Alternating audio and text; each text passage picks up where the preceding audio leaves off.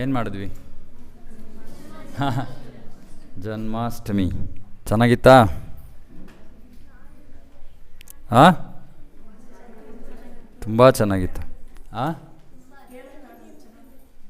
ಕೇಳೋಕ್ಕಾಗಲಿಲ್ವಾ? ಹೇಳೋಕ್ಕೆ ಆಗಲ್ಲ, ಅಷ್ಟು ಚೆನ್ನಾಗಿತ್ತು. ಓಕೆ, ಸಂತೋಷ.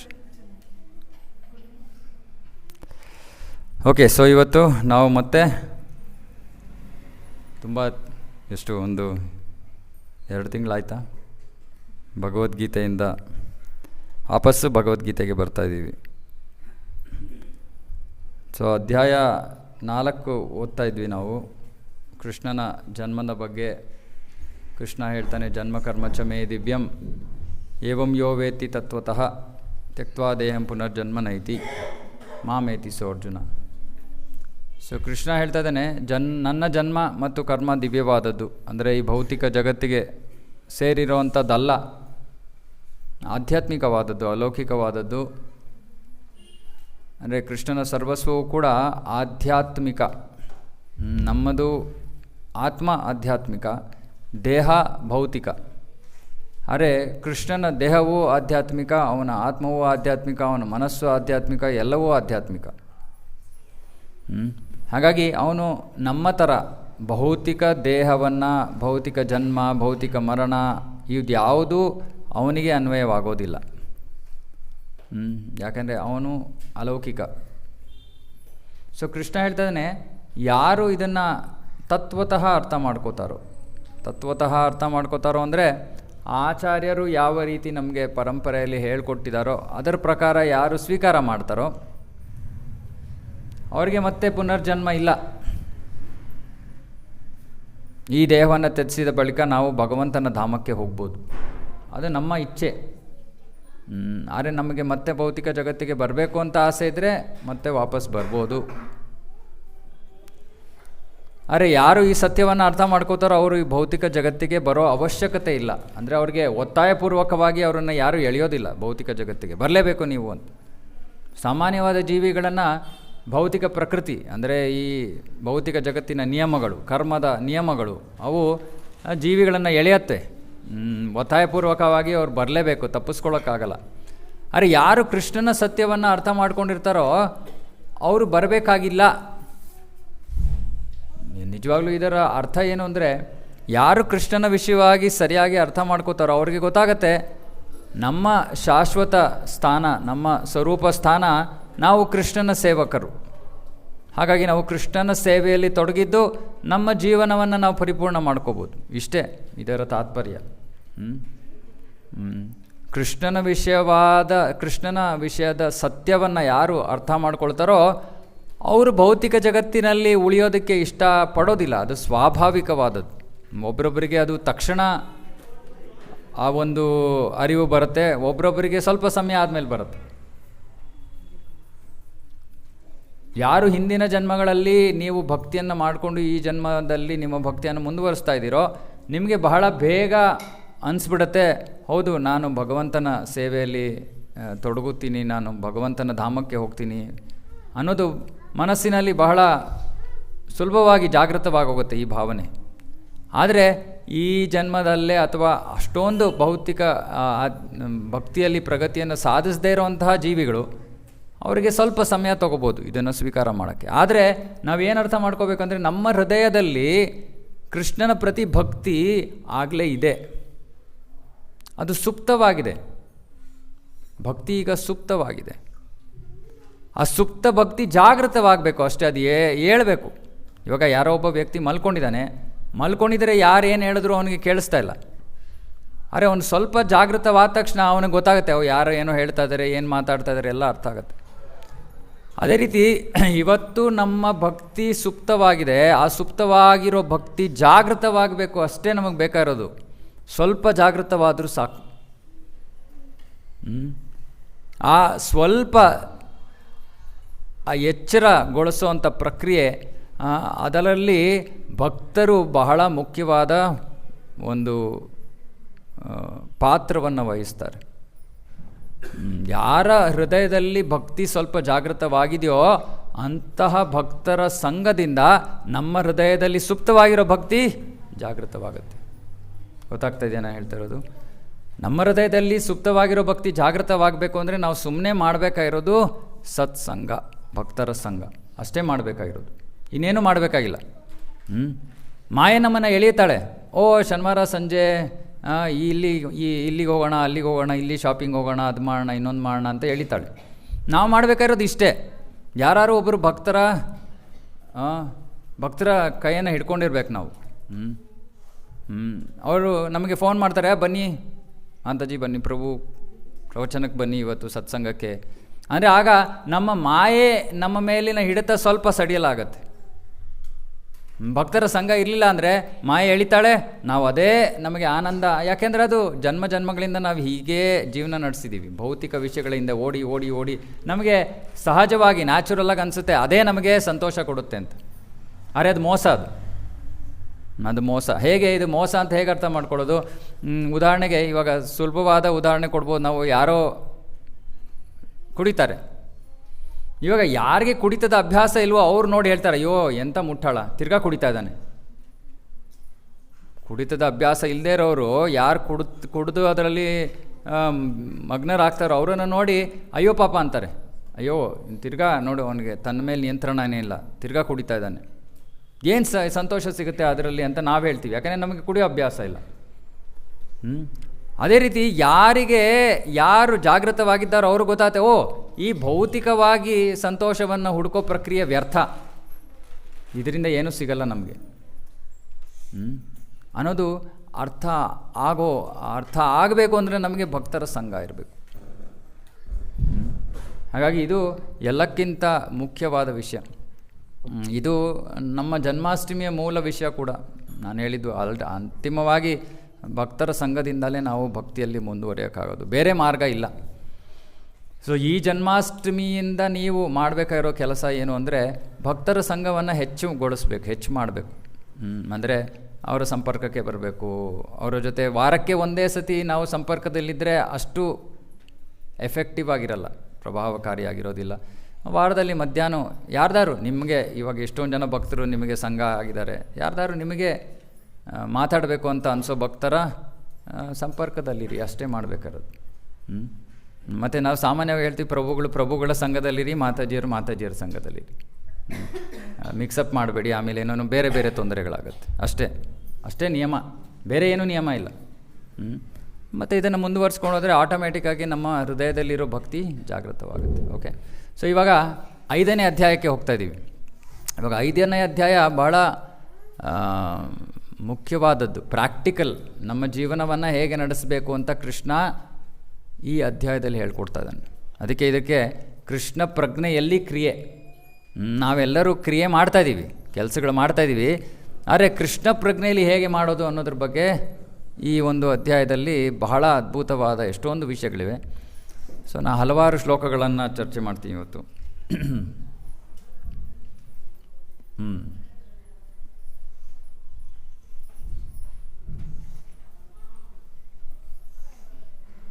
ಯಾರ ಹತ್ರ ಭಗವದ್ಗೀತೆ ಇದೆಯೋ, ಅದೇನು ಕಾಣಿಸಲ್ಲ, ಬಟ್ ನೋಡಿ ಫೋನ್. 3ನೇ ಶ್ಲೋಕ, 3, 6, 7 ಹೇಳ್ತೀನಿ ನಾನು. 3, 6, 7, 10. ಓಕೆ, ಶ್ಲೋಕ ಓದ್ತೀನಿ ನಾನು. ಯಾರ ಹತ್ರ ಭಗವದ್ಗೀತೆ ಇದೆಯೋ ನೀವು ರಿಪೀಟ್ ಮಾಡ್ಬೋದು. ಜ್ಞೇಯ ಸ ನಿತ್ಯ ಸನ್ಯಾಸಿ ಯೋ ನ ದ್ವೇಷ್ಟಿ ನ ಕಾಂಕ್ಷತಿ ನಿರ್ದ್ವಂದ್ವೋ ಹಿ ಮಹಾಬಾಹೋ ಸುಖಂ ಬಂಧಾತ್ ಪ್ರಮುಚ್ಯತೆ. ಓಕೆ, ಯಾರಾದರೂ ಅನುವಾದ ಓದ್ತೀರಾ ಕನ್ನಡದಲ್ಲಿ? ಅನುವಾದ: ಕರ್ಮಫಲದಲ್ಲಿ ತಿರಸ್ಕಾರವಾಗಲಿ ಅಪೇಕ್ಷೆಯಾಗಲಿ ಇಲ್ಲದವನನ್ನು ನಿತ್ಯ ಸನ್ಯಾಸಿ ಎಂದು ತಿಳಿಯಬೇಕು. ಮಹಾಬಾಹುವಾದ ಅರ್ಜುನನೇ, ದ್ವಂದ್ವಗಳಿಂದ ಮುಕ್ತನಾದ ಇಂತಹ ಮನುಷ್ಯನು ಸುಲಭವಾಗಿ ಐಹಿಕ ಬಂಧನದಿಂದ ಪಾರಾಗುತ್ತಾನೆ ಮತ್ತು ಸಂಪೂರ್ಣವಾಗಿ ಮುಕ್ತನಾಗುತ್ತಾನೆ. ಓಕೆ, ಸೊ ಇಲ್ಲಿ ಮುಕ್ತಿಯ ಮಾರ್ಗವನ್ನು ಹೇಳ್ತಾ ಇದ್ದಾರೆ. ಮುಕ್ತಿ, ಇವಾಗ ಸಾಮಾನ್ಯವಾಗಿ ನಾವು ಮುಕ್ತಿ ಅಂದರೆ ಎಲ್ಲವನ್ನು ತ್ಯಜಿಸ್ಬಿಡೋದು ಅಂತ ಅನ್ಕೋತೀವಿ. ಸನ್ಯಾಸಿ ಇಲ್ಲಿ ಹೇಳ್ತಾ ಇದ್ದಾರೆ ಏನು? ಜ್ಞೇಯ ಸ ನಿತ್ಯ ಸನ್ಯಾಸಿ. ಯಾರು ಸನ್ಯಾಸಿ? ನಿಜವಾಗ್ಲೂ ಸನ್ಯಾಸಿ ಅಂದರೆ ಯಾರು? ಸನ್ಯಾಸಿ ಅಂದರೆ ಯಾರು ಅಂದರೆ ಇಲ್ಲಿ ಹೇಳ್ತಾ ಇದ್ದಾರೆ, ಜ್ಞೇಯ ಸ ನಿತ್ಯ ಸನ್ಯಾಸಿ. ಯಾರು ನಿತ್ಯ ಸನ್ಯಾಸಿ? ನಿತ್ಯ ಅಂದರೆ ಯಾವಾಗಲೂ ಸನ್ಯಾಸಿ ಅವನು. ಬಟ್ಟೆಯನ್ನು ಕಲರನ್ನು ಬದಲಾಯಿಸಬೇಕಲ್ಲ, ಅಥವಾ ಪುರುಷರೇ ಆಗಬೇಕಾಗಿಲ್ಲ, ಸ್ತ್ರೀಯರು ಕೂಡ ಸನ್ಯಾಸಿಗಳು. ಯಾವಾಗ? ಯೋನ ದ್ವೇಷ್ಟಿ ನ ಕಾಂಕ್ಷತಿ, ನ ದ್ವೇಷ್ಟಿ ನ ಕಾಂಕ್ಷತಿ. ದ್ವೇಷಿಸೋದು ಇಲ್ಲ, ಇಷ್ಟನೂ ಪಡೋದಿಲ್ಲ, ಬೇಕು ಅನ್ನೋದು ಇಲ್ಲ, ಬೇಡ ಅನ್ನೋದು ಇಲ್ಲ. ನಿರ್ದ್ವಂದ್ವೋ ಹಿ ಮಹಾಬಾಹೋ, ದ್ವಂದ್ವಗಳಿಂದ ಮುಕ್ತನಾದವನು ಅಂದರೆ ಸುಖ ದುಃಖ ಚಳಿ ಬಿಸಿಲು ಇದೆಲ್ಲದರಿಂದ ಮುಕ್ತನಾದವನು. ಮುಕ್ತನಾದವನು ಅಂದರೆ ಏನರ್ಥ? ಅವನಿಗೆ ಚಳಿ ಆಗೋದೇ ಇಲ್ವಾ, ಸೆಕೆ ಆಗೋದೇ ಇಲ್ವಾ? ಅಲ್ಲ, ಚಳಿ ಆದರೂ ಸರಿ, ಸೆಕೆ ಆದರೂ ಸರಿ, ದೇಹಕ್ಕೆ ಆಗ್ತಾಯಿದೆ, ತಾತ್ಕಾಲಿಕವಾದದ್ದು ಅಂತ ಅದಕ್ಕೆ ಜಾಸ್ತಿ ತಲೆ ಕೆಡಿಸ್ಕೊಳ್ಳೋದೇ ಇರೋನು. ನಾವು ಸಾಮಾನ್ಯವಾಗಿ ಏನು ಮಾಡ್ತೀವಿ ನೋಡಿ, ಬೆಳಗ್ಗೆ ಬಂದ ತಕ್ಷಣ ಕತ್ಲೆ ಇದ್ದರೆ ಅಂಧಕಾರ, ದ್ವಂದ್ವ. ಇದು ಏನಂತೆ ಶ್ರವಣ ಮಾಡ್ತಾಯಿದ್ದೀವಿ, ಕಿವಿ ವರ್ಕ್ ಆಗ್ತಾ ಇದೆಯಲ್ಲ, ಇದು ದ್ವಂದ್ವ. ಇವನು ಎಲ್ಲರಿಗೂ ಎಷ್ಟು ಸಂತೋಷ ಆಯಿತು ಕರೆಂಟ್ ಇಲ್ಲದೆ. ಮುಂಚೆ ವೈದಿಕ ಸಂಸ್ಕೃತಿಯಲ್ಲಿ ಕರೆಂಟೇ ಇರಲಿಲ್ಲ, ಕರೆಂಟ್ ಇಲ್ಲದೆ ಜೀವನ ಮಾಡ್ತಾಯಿದ್ರು. ಓಕೆ. ನಿರ್ದ್ವಂದ್ವೋ ಹಿ ಮಹಾಬಾಹೋ, ದ್ವಂದ್ವಗಳಿಂದ ಮುಕ್ತನಾದವನು. ಸೊ ಅವನಿಗೆ ಈ ಸುಖ ದುಃಖ ಚಳಿ ಬಿಸಿಲು ಇದು ಯಾವುದರಿಂದ ಅವನು ಅಷ್ಟೊಂದು ಪ್ರಭಾವಿತನಾಗೋದಿಲ್ಲ, ಅಫೆಕ್ಟ್ ಆಗಲ್ಲ. ಓಕೆ, ಸೆಟ್ಲಾಗಿ ಆಯಿತು. ಹೋಗೋರು ಹೋಗಲಿ, ಕೂತ್ಕೊಂಡಿರೋರು ಕೂತ್ಕೊಳ್ಳಿ, ಮಲ್ಕೊಂಡಿರೋರು ಹೇಳಲಿ, ಮಲ್ಕೊಂಡಿರೋರು ಮಲ್ಕೊಳ್ಳಿ ಅಂತ ಹೇಳೋಕ್ಕಾಗಲ್ಲ. ಹೊಡ್ರಪ್ಪ ಬೇಗ ಪುಟಾಣಿಗಳೆಲ್ಲ. ಸುಖಂ ಬಂಧಾತ್ ಪ್ರಮುಚ್ಯತೆ. ಸೊ ಯಾರು ಸುಮ್ಮನೆ ಈ ದ್ವಂದ್ವಗಳಿಂದ ಮುಕ್ತನಾಗಿರ್ತಾನೋ ಅಥವಾ ಅದರಿಂದ ಜಾಸ್ತಿ ಪ್ರಭಾವಿತನಾಗೋದಿಲ್ವೋ, ಸುಖದಲ್ಲಿರ್ತಾನೆ. ಬಂಧಾತ್ ಪ್ರಮುಚ್ಯತೆ, ಅವನು ಈ ಭೌತಿಕ ಬಂಧನದಿಂದ ಪ್ರಮುಚ್ಯತೆ ಮುಕ್ತನಾಗೋಗ್ತಾನೆ. ಅದೇ ಮುಕ್ತಿ ಅಷ್ಟೇ. ಮುಕ್ತಿ ಅಂದರೆ ನಾವು ಕಾವಿ ಬಟ್ಟೆಯನ್ನು ಹಾಕ್ಕೋಬೇಕು ಅಂತಲ್ಲ, ಸುಮ್ಮನೆ ಇಷ್ಟೇ ಮುಕ್ತಿ. ಮುಕ್ತಿ ಅಂದರೆ ಈ ಭೌತಿಕ ಜಗತ್ತಿಂದ ಪ್ರಭಾವಿತರಾಗದೇ ಇರೋದು ಮುಕ್ತಿ. ಇಷ್ಟು ಸುಲಭ. ಇದಕ್ಕೆ ಪ್ರಾಕ್ಟೀಸ್ ಮಾಡಬೇಕು. ಇವಾಗ ಉದಾಹರಣೆಗೆ ಹೇಗೆ ಪ್ರಾಕ್ಟೀಸ್ ಇದು ಮಾಡಲು ಬೇಕಾಗಿಲ್ಲ, ಆ್ಯಕ್ಚುಲಿ ಭಕ್ತಿಯಿಂದ ಎಲ್ಲ ಆಗುತ್ತೆ. ಆದರೂ ಸುಮ್ಮನೆ ಒಂದು ಉದಾಹರಣೆಗೆ, ಇವಾಗ ನಮಗೆ ಸೆಕೆ ತಡೆಯೋಕ್ಕಾಗಲ್ಲ ಅಂತ ಇಟ್ಕೊಳ್ಳಿ. ಸೆಕೆ ತಡೆಯೋಕ್ಕಾಗಿದ್ರೆ ನಾವು ಗುರ್ರ ಅಂತ ಫ್ಯಾನ್ ಹಾಕಿರ್ತೀವಿ. ಸುಮ್ಮನೆ ಅದನ್ನು ನಿಲ್ಲಿಸೋದು, ಒಂದು 5 ನಿಮಿಷ ನಿಂತು ಕೂತ್ಕೊಳ್ಳೋದು, ಪ್ರಾಣ ಹೋಗಲಿಲ್ಲ, ಗೊತ್ತಾಗುತ್ತೆ, ಓ ಪ್ರಾಣ ಹೋಗಲಿಲ್ಲ, ಇನ್ನೂ ಬದುಕೇ ಇದ್ದೀನಿ, ಮತ್ತು ಯಾಕೆ ಇಷ್ಟೊಂದು ಈ ಫ್ಯಾನ್ನಿಂದ ಬಿದ್ದಿದ್ದೀನಿ ನಾನು? ಸುಮ್ಮನೆ ಅರ್ಥ ಮಾಡ್ಕೊಳ್ಳೋಕ್ಕೆ. ನಾವು ಆತ್ಮ, ನಾನು ದೇಹ ಅಲ್ಲ. ದೇಹಕ್ಕೆ ಸೆಕೆ ಆಗ್ತಾಯಿದೆ, ಆಯಿತು, ಸ್ವಲ್ಪ ಇನ್ಕನ್ವೀನಿಯನ್ಸ್ ಆಗುತ್ತೆ, ಅಸೌಕರ್ಯ ಆಗುತ್ತೆ, ಪರವಾಗಿಲ್ಲ, ಅಷ್ಟೇ. ಇಷ್ಟೇ. ದೇಹದಿಂದ ನಾವು ಮುಕ್ತರಾಗಬೇಕು. ಈ ದೇಹ ನಮಗೆ ಸುಮ್ಮನೆ ನಮಗೊಂದು ಯಂತ್ರ ಇದು. ಇವಾಗ ನಾವು ಯಾವ ಥರ ಕಾರಿದೆ, ಯಾವ ಥರ ಗಾಡಿ ಇದೆ, ಅದ್ರ ಮೇಲೆ ನಮ್ಮ ಜೀವನ ಆಧಾರಿತವಾಗಿಲ್ಲ. ಅದ್ರ ಪಾಡ್ಗದಿದೆ, ಅದು ವಾಹನ ತೊಗೊಂಡು ಹೋಗ್ತಾ ಇರ್ತೀವಿ. ಸೊ ದೇಹದ ಮೇಲೆ ಅಷ್ಟೊಂದು, ದೇಹದ ದ್ವಂದ್ವಗಳಲ್ಲಿ ನಾವು ಅಷ್ಟೊಂದು ಸಿಕ್ಕಾಕೋಬಾರ್ದು. ಯಾರು ಈಗ ಸಿಕ್ಕಾಕೊಳ್ಳೋದಿಲ್ವೋ ಅವನು ಮುಕ್ತಾತ್ಮ, ಸನ್ಯಾಸಿ. ಸೊ ಸನ್ಯಾಸಿ ಅಂದರೆ ಸಾಮಾನ್ಯವಾಗಿ ಸನ್ಯಾಸಿ ಅಂದರೆ ಅವರು ಊಟ ಮಾಡೋದು ಬಿಟ್ಟುಬಿಡ್ತಾರೆ, ಅಥವಾ ದಿನಕ್ಕೆ ಒಂದು ಸತಿ ಮಾಡ್ತಾರೆ, ಅಥವಾ ನಗೋದಿಲ್ಲ, ಈ ರೀತಿ ಎಲ್ಲ. ಅಂದರೆ ಆರ್ಟಿಫಿಷಿಯಲ್ಗೆ, ಕೃತಕವಾಗಿ ಭೌತಿಕ ವಸ್ತುಗಳನ್ನು ತ್ಯಜಿಸ್ತಾರೆ. ಕೃತಕವಾಗಿ ಅಂದರೆ ಆರ್ಟಿಫಿಷಿಯಲಿ ಅಂದರೆ ಕೃಷ್ಣ ಮುಂಚೆ ಹೇಳ್ತಾನೆ, ಹೀಗೆ ಮಾಡೋನು ಮೋಸಗಾರರು ಅಂತ. ಏನು, ಅವನಿಗೆ ಗುಲಾಬ್ ಜಾಮೂನ್ ಇಷ್ಟ, ಪಾಪ ಅರೆ ಸನ್ಯಾಸ ತೊಗೊಂಡ್ಬಿಟ್ಟಿದ್ದಾನೆ. ಈಗೇನು ಮಾಡೋದು? ಯಾರೋ ಪ್ರೀತಿಯಿಂದ ಗುಲಾಬ್ ಜಾಮೂನ್ ತಂದು ಮುಂದೆ ಇಟ್ಬಿಟ್ರು, ಏನು ಮಾಡ್ತಾನೆ ಪಾಪ? ಅದು ನೋಡ್ತಾ ಇದ್ದಾನೆ, ನೋಡಬಾರ್ದು, ಕಣ್ಣು ಮುಚ್ಕೋಬೇಕು, ಈ ಕಡೆ ತಿರುಗಬೇಕು, ಆ ಕಡೆ ತಿರುಗಬೇಕು, ಇದೆಲ್ಲ ಕೃತಕ, ಇದೆ ಆರ್ಟಿಫಿಷಿಯಲ್ ಇದು. ಮರ್ಕಟ ವೈರಾಗ್ಯ ಬೇರೆ, ಅದು ಹೇಳ್ತೀನಿ ನಾನು, ಮರ್ಕಟ ವೈರಾಗ್ಯ ಏನು ಅಂತ. ಇದು ಮೋಸ, ಇದು ಮಿಥ್ಯಾಚಾರಸ ಉಚ್ಯತೆ. ಕೃಷ್ಣ ಹೇಳ್ತಾನೆ ಮಿಥ್ಯಾಚಾರಿ, ಇವನು ಮೋಸಗಾರ. ಯಾಕೆ? ಮನಸ್ಸಲ್ಲಿ ಅವನಿಗೆ ಆಸೆ ಇದೆ, ಓ ನನಗೆ ಗುಲಾಬ್ ಜಾಮೂನ್ ತಿನ್ನೋಕ್ಕಾಗಿದ್ರೆ ಎಷ್ಟು ಚೆನ್ನಾಗಿರೋದು, ನಾನು ಯಾಕೆ ಈ ಸನ್ಯಾಸ ತೊಗೊಂಡೆ? ಅವನ ಮನಸ್ಸಲ್ಲಿದೆ, ನಿಮಗೇನು ಗೊತ್ತಾಗತ್ತೆ? ನಗ್ತಾ ಇದ್ದ ನಿಮ್ಮನ್ನು ನೋಡ್ಬಿಟ್ಟು ಅವನು. ಅರೆ ಕೃಷ್ಣ ಹೇಳ್ತಾನೆ ಇದು ಮೋಸ, ಇವನು ಮಿಥ್ಯಾಚಾರಿ. ಅದ್ರ ಬದಲು ನಾವೇನು ಮಾಡಬೇಕು? ಗುಲಾಬ್ ಜಾಮೂನ್ನ ಕೃಷ್ಣನ ಸಂತೃಪ್ತಿಗಾಗಿ ಮಾಡಿ ಅವನಿಗೆ ಅರ್ಪಣೆ ಮಾಡಿಬಿಡ್ಬೇಕು. ಎಷ್ಟು ಸತಿ ತಿಂತೀರ, ಎಷ್ಟು ದಿನ ತಿಂತೀರ ಗುಲಾಬ್ ಜಾಮೂನ್? ನಿಮಗೆ ಗುಲಾಬ್ ಜಾಮೂನ್ ಅಂತ ಇಷ್ಟ ಅಂತ ಇಟ್ಕೊಳ್ಳಿ, ಎಷ್ಟು ಸತಿ ತಿಂತೀರ? ಒಂದು ಸ್ವಲ್ಪ ದಿನಗಳಾದಮೇಲೆ ಭಗವಂತನಿಗೆ ಅರ್ಪಣೆ ಮಾಡಿ ಮಾಡಿ ಮಾಡಿ ಮಾಡಿ ತಿಂತಾ ಇದ್ರೆ ಏನಾಗುತ್ತೆ, ಆಟೋಮೆಟಿಕ್ಕಾಗಿ ಗುಲಾಬ್ ಜಾಮೂನಿನ ಮೇಲಿನ ವ್ಯಾಮೋಹ ಆಟೋಮೆಟಿಕ್ಕಾಗಿ ಕಡಿಮೆ ಆಗಿಬಿಡುತ್ತೆ. ಏನು ಮಾಡಲೇಬೇಕಲ್ಲ, ನಾವು ತಿಂತಾನೇ ಇರಿ. ನಿಮ್ಗೆ ನಿಲ್ಲಿಸಿ ಅಂತ ಹೇಳ್ತಾ ಇಲ್ಲ ನಾನು. ದಿನ ತಿನ್ನಿ, 4 ಸತಿ ತಿನ್ನಿ, ನಿಮ್ಗೆ ಎಷ್ಟು ಸತಿ ಎಷ್ಟಿಷ್ಟ ಆಗುತ್ತೋ ತಿನ್ನಿ. ಆದರೆ ಸ್ವಲ್ಪ ಸಮಯ ಆದಮೇಲೆ ಆಟೋಮೆಟಿಕ್ಕಾಗಿ ಅದರ ಮೇಲಿನ ನಿಮ್ಮ ವ್ಯಾಮೋಹ ಏನಿದೆಯೋ, ಅಟ್ಯಾಚ್ಮೆಂಟ್ ಇದೆಯೋ ಕೊಟ್ಟೋಗ್ಬಿಡುತ್ತೆ. ಇದು ಕೃಷ್ಣ ಭಕ್ತಿಯ ಶಕ್ತಿ, ಬೇರೆ ಯಾವುದರಲ್ಲೂ ಇಲ್ಲ. ಇದು ಬೇರೆ ಯಾವುದರಲ್ಲೂ ಇಲ್ಲ. ಇದಕ್ಕೆ ಯುಕ್ತ ವೈರಾಗ್ಯ ಅಂತಾರೆ. ಯುಕ್ತ ವೈರಾಗ್ಯ ಅಂದರೆ, ನನ್ನ ಹತ್ರ ಹಣ ಇದ್ದರೆ ನಾನು ಏನು ಮಾಡಬೇಕು? ಓ ಇಲ್ಲಪ್ಪ, ಎಲ್ಲ ಕೊಟ್ಬಿಡ್ತೀನಿ, ಬೀದಿಗೆ ಬಂದುಬಿಡ್ತೀನಿ. ಇಲ್ಲ, ನಮ್ಮ ಜನ್ಮಾಷ್ಟಮಿಗೆ ನಮಗೆ ಬೇಕಾದಷ್ಟು ಖರ್ಚಾಯಿತು. ನಮ್ಮ ಭಕ್ತರೆಲ್ಲ ಅವ್ರು ಕಷ್ಟಪಟ್ಟು ಸಂಪಾದನೆ ಮಾಡೋ ಹಣವನ್ನು ಈ ಸೇವೆಗೆ ಉಪಯೋಗಿಸ್ತಾರೆ. ಅಷ್ಟೇ ಯುಕ್ತ ವೈರಾಗ್ಯ. ಬೇರೆಯವ್ರಿಗೂ ಅದರಿಂದ ಆನಂದ ಸಿಕ್ತು, ಬೇರೆಯವ್ರು ಬಂದರು, ಬೇರೆಯವರು ಹಬ್ಬದ ಆನಂದವನ್ನು ತೊಗೊಂಡ್ರು, ಭಕ್ತರು ತಮ್ಮ ಗಳಿಕೆಯನ್ನು, ತಮ್ಮ ಸ್ಯಾಲ್ರಿಯನ್ನು ಕೃಷ್ಣನಿಗೆ ಅರ್ಪಣೆ ಮಾಡಿದ್ರು. ಅಷ್ಟೇ ಯುಕ್ತ ವೈರಾಗ್ಯ ಇದು. ಆದರೆ ನನಗೆ ಆ ಹಣ ಇರಲಿಲ್ಲ ಅಂದರೆ ನಾವು ಮಾಡೋಕ್ಕಾಗ್ತಾಯಿತ್ತಾ? ಇಷ್ಟು ಜನಕ್ಕೆ ಪ್ರಸಾದ ಕೊಡೋಕ್ಕಾಗ್ತಾಯಿತ್ತಾ? ಇಷ್ಟೊಂದು ಏರ್ಪಾಡು ಮಾಡೋಕ್ಕಾಗ್ತಾಯಿತ್ತಾ? ಆಗ್ತಾ ಇರಲಿಲ್ಲ. ಇದು ಯುಕ್ತ ವೈರಾಗ್ಯ. ಸೊ ಬಹಳ ಸುಲಭ ಅರ್ಥ ಮಾಡ್ಕೊಳ್ಳೋದು. ನಾವು ಕೃಷ್ಣ ನಮಗೆ ಈ ಜೀವನದಲ್ಲಿ ಏನೇನು ಕೊಟ್ಟಿದ್ದಾನೋ, ಏನೇ ಇರಲಿ ಅದು, ಏನೇ ಒಂದು ಗುಣ ಸಾಮರ್ಥ್ಯವನ್ನು ಕೃಷ್ಣ ಕೊಟ್ಟಿದ್ದಾನೋ ಅದನ್ನು ಕೃಷ್ಣನಿಗೋಸ್ಕರ ಉಪಯೋಗಿಸ್ಬೇಕು ಅಷ್ಟೇ. ಯಾರೋ ತುಂಬ ಚೆನ್ನಾಗಿ ಅಡುಗೆ ಮಾಡ್ತಾರೆ ಅಂದರೆ ಕೃಷ್ಣನಿಗೋಸ್ಕರ ಮಾಡಿ. ಯಾರೋ ತುಂಬ ಚೆನ್ನಾಗಿ ಬಿಸ್ನೆಸ್ ಮಾಡ್ತಾರೆ ಅಂದರೆ ಕೃಷ್ಣನಿಗೋಸ್ಕರ ಬಿಸ್ನೆಸ್ ಮಾಡಿ.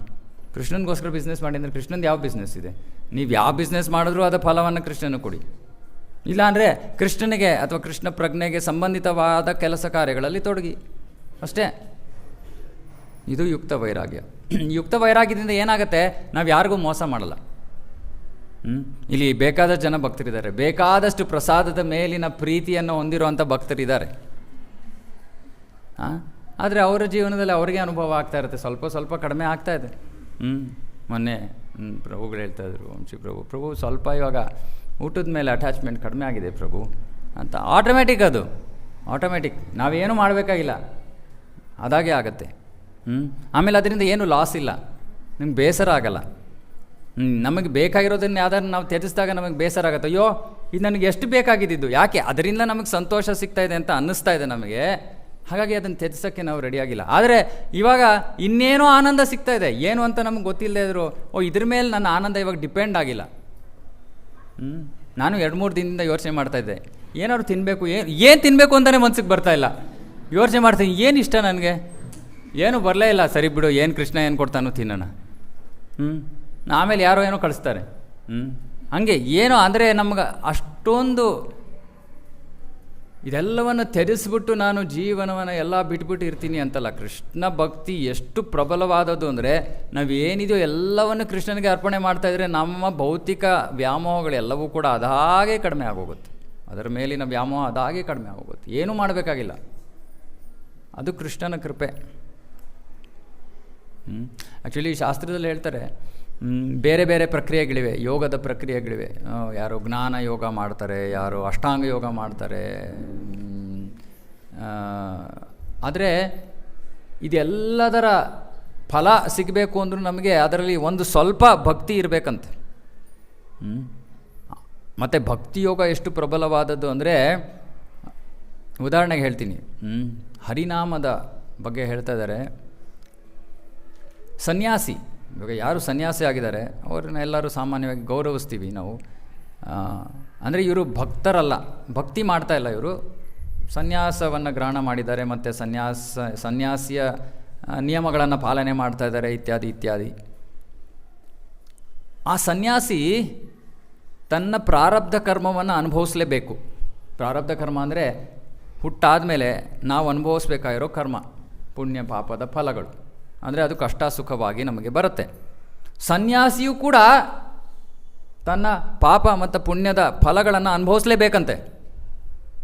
ಸನ್ಯಾಸಿ ಅವನೆಲ್ಲವನ್ನೇ ತ್ಯಜಿಸ್ಬಿಟ್ಟಿದ್ದಾನೆ, ಅವನು ದೊಡ್ಡ ಸ್ಥಾನದಲ್ಲಿದ್ದಾನೆ, ಎಲ್ಲರೂ ಅವನಿಗೆ ನಮಸ್ಕಾರ ಮಾಡ್ತಾ ಇದ್ದಾರೆ. ಅಂಥ ಸ್ಥಾನದಲ್ಲಿರೋರು ಕೂಡ ತಮ್ಮ ಪಾಪ ಪುಣ್ಯದ ಫಲಗಳನ್ನು ಅನುಭವಿಸಲೇಬೇಕಂತೆ.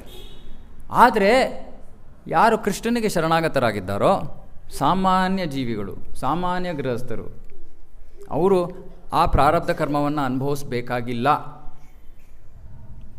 ಕೃಷ್ಣ ಹೇಳ್ತಾನೆ ಸರ್ವಧರ್ಮಾನ್ ಪರಿತ್ಯಜ ಮಾಮೇಕಂ ಶರಣಂ ರಜಾಂ ತ್ವಾಂ ಸರ್ವ ಪಾಪೇಭ್ಯ ಮೋಕ್ಷಯಿಷ್ಯಾಮಿ. ಕೃಷ್ಣ ಹೇಳ್ತಾನೆ ಸುಮ್ಮನೆ ನನಗೆ ಶರಣಾಗತರಾದರೆ ನಿಮ್ಮ ಎಲ್ಲ ಪಾಪ ಪುಣ್ಯಗಳಿಂದ ನಾನು ನಿಮ್ಮನ್ನು ಮುಕ್ತನಾಗಿಸ್ಬಿಡ್ತೀನಿ. ನಾವು ಅನುಭವಿಸಲೇಬೇಕಾಗಿಲ್ಲ. ದೊಡ್ಡ ದೊಡ್ಡ ಸನ್ಯಾಸಿಗಳು ಕೃಷ್ಣನಿಗೆ ಶರಣಾಗತರಾಗಲಿಲ್ಲ ಅಂದರೆ ಅವ್ರು ಅನುಭವಿಸಲೇಬೇಕು. ಇದು ಭಕ್ತಿಯ ಶಕ್ತಿ, ಭಕ್ತಿಯಲ್ಲಿರೋ ಶಕ್ತಿ. ಇವಾಗ ಇದು ಕೃಷ್ಣ ಭಗವದ್ಗೀತೆಯಲ್ಲಿ ಸಹಜವಾಗಿ ಸರಳವಾಗಿ ಹೇಳ್ಬಿಡ್ತಾ ಇದ್ದಾನೆ.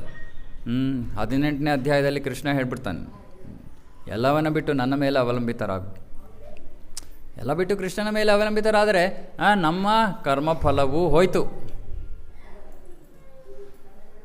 ಆದರೆ ಅದಕ್ಕೆ ಸ್ವಲ್ಪ ಸಮಯ ತಗೊಳುತ್ತೆ. ಯಾಕಂದರೆ ನಾವು ಅಷ್ಟು ರೆಡಿಯಾಗಿ ಕೃಷ್ಣನಿಗೆ ಶರಣಾಗತರಾಗೋದಿಲ್ಲ. ಸ್ವಲ್ಪ ಹಿಂಜರಿತೀವಿ. ನಮಗೆ ಯೋಚನೆ, ನಮಗೆ ಕೃಷ್ಣನ ಮೇಲೆ ನಂಬಿಕೆ ಇಲ್ಲ. ಕೃಷ್ಣ ಹೇಳ್ತಾ ಇದ್ದಾನೆ ನಾನು ಮಾಡ್ತೀನಿ, ನನ್ನ ಮೇಲೆ ಅವಲಂಬಿತರಾಗಿ ಅಂದರೆ ನಾವು ಹೇಳ್ತೀವಿ ಅಯ್ಯೋ ಕೃಷ್ಣ ನೀನು ಮರೆತುಬಿಟ್ರೆ, ಅಥವಾ ನಿನಗೆ ಎಷ್ಟೊಂದು ಜನ ಭಕ್ತರಿದ್ದಾರೆ, ನಾನು ಹೆಂಗೆ ಜ್ಞಾಪಕ ಇರುತ್ತೆ ನಿನಗೆ. ಕೃಷ್ಣನ ಶಕ್ತಿಯನ್ನು ನಾವು ಪ್ರಶ್ನಿಸ್ತೀವಿ ಅಥವಾ ಡೌಟ್ ಮಾಡ್ತೀವಿ ಕೃಷ್ಣನ. ಇಲ್ಲಾಂದರೆ ಕೃಷ್ಣ ಸಹಜವಾಗಿ ಹೇಳ್ತಾ ಇದ್ದಾನೆ ನನ್ನ ಮೇಲೆ ಅವಲಂಬಿತರಾಗಿ. ಇವಾಗ ನೋಡಿ, ಎರಡೇ ಥರ ಜೀವನ ನಡೆಸ್ಬೋದು ನಾವು. ಒಂದು, ಭೌತಿಕವಾಗಿ ತುಂಬ ಅಂಟ್ಕೊಂಡು ಜೀವನ ನಡೆಸ್ಬೋದು. ಅಂದರೆ ಭೌತಿಕ ವಿಷಯಗಳಿಗೆ ಬಹಳ ಅಂಟ್ಕೊಂಡಿದ್ದೀವಿ. ಇದು ಬೇಕು, ಅದು ಬೇಕು, ಇದು ಹಿಂಗೆ ಇರಬೇಕು, ಹಾಗೆ ಇರಬೇಕು. ಇದು ಒಂದು ರೀತಿಯ ಜೀವನ. ಇದಕ್ಕೆ ಪ್ರವೃತ್ತಿ ಮಾರ್ಗ ಅಂತಾರೆ. ಪ್ರವೃತ್ತಿ ಆ ಕಡೆ ಆಡ್ರಪ್ಪ ನೀವು. ಪ್ರವೃತ್ತಿ ಮಾರ್ಗ ಅಂದರೆ ಭೌತಿಕ ವಸ್ತುಗಳಿಗೆ ಅಂಟುಕೊಂಡು ಜೀವನ ನಡೆಸೋದು. ಅಂಥವರು ಕೂಡ ಕೃಷ್ಣನ ಹತ್ರ ಬರ್ಬೋದು. ಏನು ಬೇಸರ, ಕೃಷ್ಣ ಏನು ಅವರನ್ನು ತಿರಸ್ಕರಿಸೋದಿಲ್ಲ. ಅಂಥವರು ಕೃಷ್ಣ ಹತ್ರ ಬರ್ಬೋದು. ಇನ್ನೊಂದು, ಇಲ್ಲ ಏನಿದೆಯೋ ಇಲ್ಲಿ, ಏನು ಕೊಟ್ಟಿದ್ದಾನೋ ಕೃಷ್ಣ ಅಷ್ಟೇ ಸಾಕು, ನಾನು ಏನನ್ನೂ ಅಪೇಕ್ಷೆ ಪಡೋದಿಲ್ಲ, ಕೃಷ್ಣನ ಭಕ್ತಿಯಲ್ಲಿ ತೊಡಗಿರ್ತೀನಿ. ಇವಾಗ ಎರಡನೇ, ಯಾರು ಈ ರೀತಿ ಜೀವನ ನಡೆಸ್ತಾರೋ, ಕೃಷ್ಣ ಏನು ಕೊಟ್ಟಿದ್ದಾನೋ ಅದು ನಾನು ಸಂತೋಷವಾಗಿ ಸ್ವೀಕರಿಸ್ತೀನಿ, ನನಗೆ ಯಾವುದ್ರ ಮೇಲೂ ಯಾವ ಆಸೆನೂ ಇಲ್ಲ, ವ್ಯಾಮೋಹನೂ ಇಲ್ಲ ಅನ್ನೋರು, ಅವನು ಕೃಷ್ಣ ಹೇಳ್ತಾನೆ ನಾನು ನಿಮ್ಗೆ ಎಲ್ಲವನ್ನೂ ಕೊಡ್ತೀನಿ. ಅಂಥವ್ರಿಗೆ ಕೃಷ್ಣ ಹೇಳ್ತಾನೆ ನಿಮ್ಗೇನು ಬೇಡ ಅಲ್ವಾ, ಯೋಗಕ್ಷೇಮ ಭಾಮ್ಯಂ, ನಿಮ್ಗೆ ಏನು ಬೇಕೋ ನಾನು ಕೊಡ್ತೀನಿ, ನೀವು ಕೇಳಲೇಬೇಡಿ. ಇನ್ನೊಂದು ಪಕ್ಷದವ್ರು ಏನು ಮಾಡ್ತಾಯಿದ್ದಾರೆ, ಕೃಷ್ಣ ಹತ್ರ ಹೋಗ್ತಾರೆ, ಕೃಷ್ಣ ನನಗೆ ಇದು ಬೇಕು, ಕೃಷ್ಣ ನನಗೆ ಅದು ಬೇಕು, ಅದನ್ನು ಪೂರೈಸ್ತಾನೆ ಕೃಷ್ಣ. ಅರೆ ಅವನ ಮ್ಯಾಜಿಕ್ ಏನು ಅಂದರೆ, ಅವನು ಆ ಗ್ರೂಪಿಂದ ಅವ್ರನ್ನ ಈ ಗ್ರೂಪಿಗೆ ತಂದಾಕ್ಬಿಡ್ತಾನೆ. ಅವ್ರಿಗೆ ಗೊತ್ತಾಗೋದಿಲ್ಲ. ಗೊತ್ತಾಗ್ತಾ ಇದೆ ನಾನು ಹೇಳ್ತಾ ಇರೋದು? ಎರಡು ಥರದ ಜೀವಿಗಳಿದ್ದಾರೆ. ಒಬ್ಬರು ನಮಗೆ ಇದು ಬೇಕು ಅದು ಬೇಕು ಭೌತಿಕ ವಿಷಯಗಳ ಮೇಲೆ ವ್ಯಾಮೋಹ ಇಟ್ಕೊಂಡು ಜೀವನ ನಡೆಸ್ತಾ ಇದ್ದಾರೆ, ಆದರೆ ಕೃಷ್ಣ ಹತ್ರ ಬಂದಿದ್ದಾರೆ. ಇದು ಒಂದು ಗ್ರೂಪ್. ಇನ್ನೊಂದು ಗ್ರೂಪು ಅವ್ರಿಗೆ ಭೌತಿಕತೆಯ ಮೇಲೆ ಯಾವ ವ್ಯಾಮೋಹನೂ ಇಲ್ಲ, ಕೃಷ್ಣ ಏನು ಕೊಡ್ತಾನೋ ಸ್ವೀಕಾರ ಮಾಡೋಕ್ಕೆ ಸಿದ್ಧ.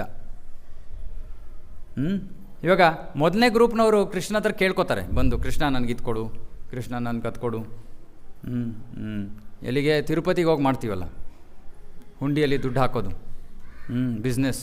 ಬಿಸ್ನೆಸ್ ಮಾಡ್ಬೋದು ಕೃಷ್ಣ ಹತ್ರ. ಕೃಷ್ಣ ಏನು ಬೇಸರ ಪಟ್ಕೊಳ್ಳಲ್ಲ. ಅಷ್ಟೊಂದು ಅವನಿಗೆ ಅದು ಇಷ್ಟ ಆಗಲ್ಲ, ಬಟ್ ಓಕೆ ಸ್ವೀಕಾರ ಮಾಡ್ತಾನೆ. ಯಾಕಂದ್ರೆ ಇನ್ಯಾರೂ ಇಲ್ವಲ್ಲ ನಮಗೆ ಹೋಗೋಕ್ಕೆ. ಸೊ ಹಾಗೆ ಅಂದ್ಕೊಂಡು ಯಾರು ಕೃಷ್ಣ ಹತ್ರ ಭಗವಂತನ ಹತ್ರ ಬರ್ತಾರೋ ಕೃಷ್ಣ ಸ್ವೀಕಾರ ಮಾಡ್ತಾನೆ. ಆಯ್ತಪ್ಪ ನಿನ್ಗೇನು ಬೇಕೋ ತಗೋ.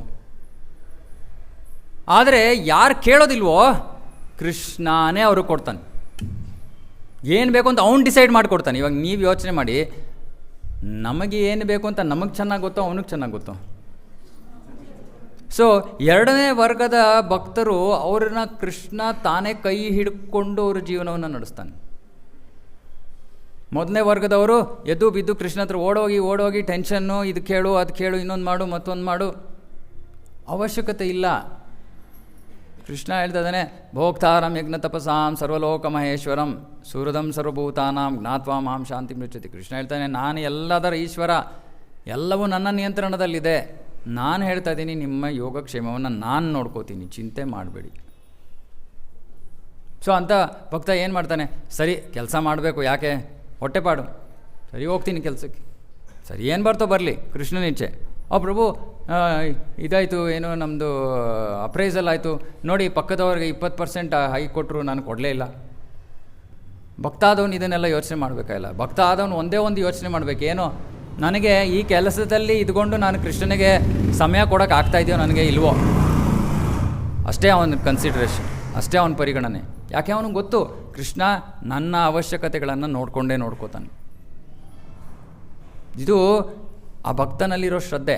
ಅಂಥ ಭಕ್ತನಲ್ಲಿ ಯಾರಲ್ಲಿ ಅಂಥ ಶ್ರದ್ಧೆ ಇದೆಯೋ ಕೃಷ್ಣ ಅವರನ್ನು ನೋಡ್ಕೋತಾನೆ. ಸೊ ನಾವು ಸನ್ಯಾಸಿಗಳಾಗಿ ಎಲ್ಲವನ್ನು ತ್ಯಜಿಸೋ ಅವಶ್ಯಕತೆ ಇಲ್ಲ. ಎಲ್ಲ ವಿಷಯಗಳ ಮೇಲಿನ ವ್ಯಾಮೋಹ ಬಿಡಬೇಕು. ವ್ಯಾಮೋಹ ಬಿಡಲ್ಲ ಪ್ರಭು ಅಂದರೆ ಏನಾಗತ್ತೆ? ವ್ಯಾಮೋಹ ಇಟ್ಕೊಂಡಿದ್ರೆ ಏನಾಗತ್ತೆ ಅದರಿಂದ ನಮಗೆ? ಏನಾಗತ್ತೆ ಅದರಿಂದ? ಏನಾಗತ್ತೆ? ಬಾಂಡೇಜ್ ಇದೆಲ್ಲ ಅದೇ ಪದದ ಬೇರೆ ಬೇರೆ ಅರ್ಥ. ಏನಾಗತ್ತೆ ಅದರಿಂದ? ದುಃಖ.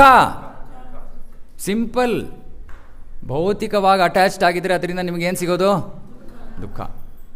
ಯಾರು ಇದ್ದೀರಾ ಇಲ್ಲಿ ಭೌತಿಕವಾಗಿ ಅಟ್ಯಾಚ್ಮೆಂಟ್ ಇದೆ ನನಗೆ, ನಾನು ಸುಖವಾಗಿದ್ದೀನಿ ಅಂತ? ಸಿಂಪಲ್. ಯಾವ ವಿಷಯದ ಮೇಲೆ ನಾವು ಅಟ್ಯಾಚ್ ಆಗಿರ್ತೀರೋ ಅದರಿಂದನೇ ನಮ್ಗೆ ದುಃಖ ಬರೋದು ಅಲ್ವಾ? ಯಾರೋ ರೋಡ್ನಲ್ಲಿ ಹೋಗ್ತಾರೋ ಅಂದ್ಬಿಟ್ಟು ಏನೋ ಬೈದ್ಬಿಟ್ಟೋದ್ರೆ ಹುಚ್ಚ ಇರಬೇಕು ಅಂದ್ಕೊಂಡು ನಮ್ಮ ಪಾಡಿಗೆ ನಾವು ಹೋಗ್ತೀವಿ. ಅದೇ ನಮ್ಗೆ ಬೇಕಾಗಿರೋರು ಅದೇ ಹೇಳಿದ್ರೆ ಅದೇ ಮಾತು ಬೇರೆ ಅಲ್ಲ, ಅದೇ ಮಾತು. ಬೀದಿನಲ್ಲಿ ಯಾರೋ ಗೊತ್ತಿಲ್ಲದೆ ಇರೋನು ಹೇಳ್ಕೊಂಡು ಹೋದರೆ ಡೋಂಟ್ ಕೇರ್. ಅದೇ ನಮಗೆ ಬೇಕಾಗಿರೋರು ಹೇಳ್ಬಿಟ್ರೆ ಅದರಿಂದನೇ ದುಃಖ. ಯಾಕೆ? ಅವ್ರ ಮೇಲೆ ಅಟ್ಯಾಚ್ಮೆಂಟ್. ಸೊ ಹಾಗಾಗಿ ಸರಳವಾದ ವಿಷಯ, ಯಾವ ಭೌತಿಕ ವಸ್ತುವಿನ ಮೇಲೆ ನಾವು ಅಟ್ಯಾಚ್ಮೆಂಟ್ ಹೊಂದಿದ್ದೀವೋ, ವಸ್ತು ಇರಲಿ, ವ್ಯಕ್ತಿಗಳಾಗಿರಲಿ, ಏನೇ ಇರಲಿ, ಅದರಿಂದಾನೇ ನಮಗೆ ದುಃಖ ಬರೋದು. ಆಸೆಯೇ ದುಃಖಕ್ಕೆ ಅಷ್ಟೇ. ಅರೆ ಯಾರು ಇದರಿಂದ ಮುಕ್ತರಾಗಿರ್ತಾನೋ ಒಂದು ಸಂತೋಷವಾಗಿರ್ಬೋದಲ್ವ? ಯಾರೋ ಏನೋ ಅಂದರು, ಅಯ್ಯೋ ಹೇಳ್ಕೊಳ್ಳಿ ಬಿಡಿ, ಗೊತ್ತಿರೋರು ಹೇಳಿದ್ರು ಅದೇ, ಗೊತ್ತಿಲ್ಲೇ ಇರೋರು ಹೇಳಿದ್ರು ಅದೇ, ಸೇಮ್ ರಿಯಾಕ್ಷನ್. ಇರ್ಬೋದೇನೋ, ನನ್ನೆಲ್ಲ ಏನೋ ಮಿಸ್ಟೇಕ್ ಇರಬೇಕು, ಓಕೆ ಯೋಚನೆ ಮಾಡ್ತೀನಿ. ಇಲ್ಲ ಅಂದರೆ ಅಟ್ಯಾಚ್ಮೆಂಟ್ ಇದ್ರೆ, ನೋಡಿ ಇವ್ರು ಹಿಂಗೆ ಅಂದ್ಬಿಟ್ರು, ನಾನು ಅವ್ರಿಗೆ ಎಷ್ಟೊಂದು ಮಾಡಿದ್ದೆ. ಅಟ್ಯಾಚ್ಮೆಂಟ್ ಇದು. ಅಟ್ಯಾಚ್ಮೆಂಟ್ ಇಲ್ಲದೇ ಇದ್ರೆ, ಇಲ್ಲ ಅವ್ರೇನೋ ಹೇಳ್ತಾ ಇರೋದ್ರಲ್ಲಿ ಸತ್ಯ ಇರಬೇಕು, ಯೋಚನೆ ಮಾಡ್ತೀನಿ, ನನ್ನಲ್ಲಿ ಏನೋ ದೋಷ ಇರಬೇಕು, ಸಮ್ ಮಿಸ್ಟೇಕ್ ಇರಬೇಕು, ತಿದ್ಕೊಳ್ಳೋಕ್ಕೆ ಪ್ರಯತ್ನ ಮಾಡ್ತೀನಿ. ಇದು ಅಟ್ಯಾಚ್ಮೆಂಟ್ ಇಲ್ಲದೇ ಇರೋರು ಮಾಡೋದು. ಸೊ ಬಹಳ ಸುಲಭ. ಭೌತಿಕವಾಗಿ ನಾವು ಅಟ್ಯಾಚ್ಮೆಂಟ್ ನಮಗೆ ಇರಲಿಲ್ಲ ಅಂದರೆ ನಾವು ಆರಾಮಾಗೆ ಸಂತೋಷವಾಗಿ ಜೀವನ ನಡೆಸ್ಬೋದು.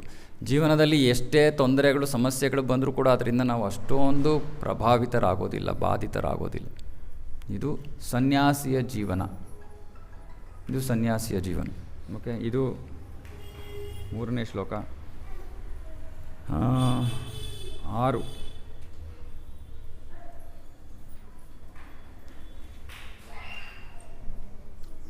ಸನ್ಯಾಸಸ್ತು ಮಹಾಬಾಹೋ ದುಃಖಂ ಆಪ್ತು ಅಯೋಗತಃ ಯೋಗಯುಕ್ತೋ ಮುನಿರ್ಬ್ರಹ್ಮ ನ ಚೀರೇಣಾಧಿಗಚ್ಚತಿ. ಇಲ್ಲಿ ಹೇಳ್ತಾರೆ, ಸುಮ್ಮನೆ ಸನ್ಯಾಸ, ಸುಮ್ಮನೆ ವಿಷಯಗಳನ್ನು ತ್ಯಾಗ ಮಾಡೋದ್ರಿಂದ, ಭಕ್ತಿಯಲ್ಲಿ ತೊಡಗದೆ ಹೋದರೆ ಅವನು ಸಂತೋಷವಾಗಿರೋಕ್ಕಾಗಲ್ಲ. ವಸ್ತುಗಳನ್ನು ಸುಮ್ಮನೆ ತ್ಯಾಗ ಮಾಡ್ತಾ ಇದ್ದಾನೆ ಅವನು, ಭಕ್ತಿ ಮಾಡ್ತಾ ಇಲ್ಲ, ಅವನ ಜೀವನದಲ್ಲಿ ಅವನ ಸಂತೋಷವನ್ನು ಅನುಭವಿಸಲ್ಲ. ಅಂದರೆ ಏನು ಹೇಳ್ತಾ ಇದ್ದಾರೆ ಇಲ್ಲಿ ಕೃಷ್ಣ? ಸಂತೋಷವನ್ನು ಅನುಭವಿಸ್ಬೇಕಂದ್ರೆ ಭಕ್ತಿ ಮಾಡಲೇಬೇಕು. ನಿಜವಾದ ಸಂತೋಷವನ್ನು ಅನುಭವಿಸ್ಬೇಕಂದ್ರೆ ಭಕ್ತಿ ಮಾಡಲೇಬೇಕು. ಆ ಸಂತೋಷ ಆರಂಭದಲ್ಲಿ ಭೌತಿಕವಾಗಿ ಕಾಣುತ್ತೆ. ಇವಾಗ ಉದಾಹರಣೆಗೆ, ಇವಾಗ ಪ್ರಸಾದ ತಿಂತಾಯಿದ್ದೀವಿ, ಚೆನ್ನಾಗಿತ್ತು ಪ್ರಸಾದ, ಇದು ನಮಗೆ ಭೌತಿಕ ಅಂತ ಅನಿಸುತ್ತೆ, ಆದರೆ ಇದು ಭೌತಿಕ ಅಲ್ಲ, ಇದು ಆಧ್ಯಾತ್ಮಿಕ. ಯಾಕೆ? ಅದು ಭಗವಂತನ ಪ್ರಸಾದದ ಬಗ್ಗೆ ಹೊಗಳ್ತಾ ಇದ್ದೀವಿ ನಾವು.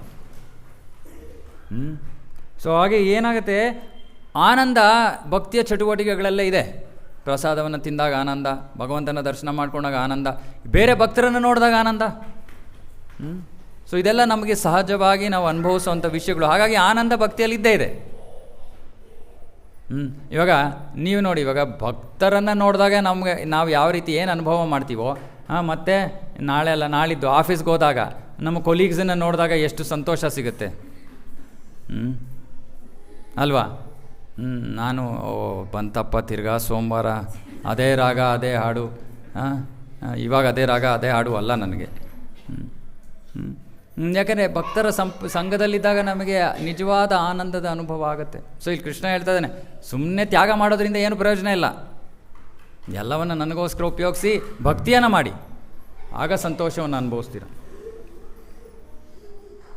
ಇಲ್ಲಿ ಹೇಳ್ತಾ ಇದ್ದಾರೆ, ಯಾರು ಯೋಗಯುಕ್ತ ಮುನಿರ್ಬ್ರಹ್ಮ, ಯಾರು ಯೋಚನಾಪೂರ್ವಕವಾಗಿ ಅಂದರೆ ಮನಸ್ಸನ್ನು ಚೆನ್ನಾಗಿ ಈ ಭಕ್ತಿಯಲ್ಲಿ ತೊಡಗಿಸ್ತಾನೋ ಅವನು ನ ಚೈರೇಣಾಧಿಗಚ್ಚತಿ, ಬಹಳ ಸುಲಭ, ಬಹಳ ಬೇಗನೆ ಭಗವಂತನನ್ನು ಪಡ್ಕೋಬೋದು, ಬಹಳ ಬೇಗನೆ. ಓಕೆ, ಬಹಳ ಬೇಗನೆ ಅಂದರೆ ಪ್ರಶ್ನೆ ಬರುತ್ತೆ, ಎಷ್ಟು ಬೇಗ ಬೇಕು ನಿಮಗೆ ಕೃಷ್ಣ? ಓಕೆ, ಮೊದಲು ಕೃಷ್ಣ ಬೇಕಾ? ಬೇಕು. ಅದನ್ನು ಎಷ್ಟೊಂದು ಸತಿ ಕೇಳಿದ್ದೀನಿ. ಇವಾಗ ಸ್ವಲ್ಪ ಕ್ವೆಶ್ಚನ್ ಚೇಂಜು. ಎಷ್ಟು ಬೇಗ ಬೇಕು? ಚಪ್ಪಲ್ ಹಾಕೊಂಡು ಒಳಗಡೆ ಬರಬೇಡ.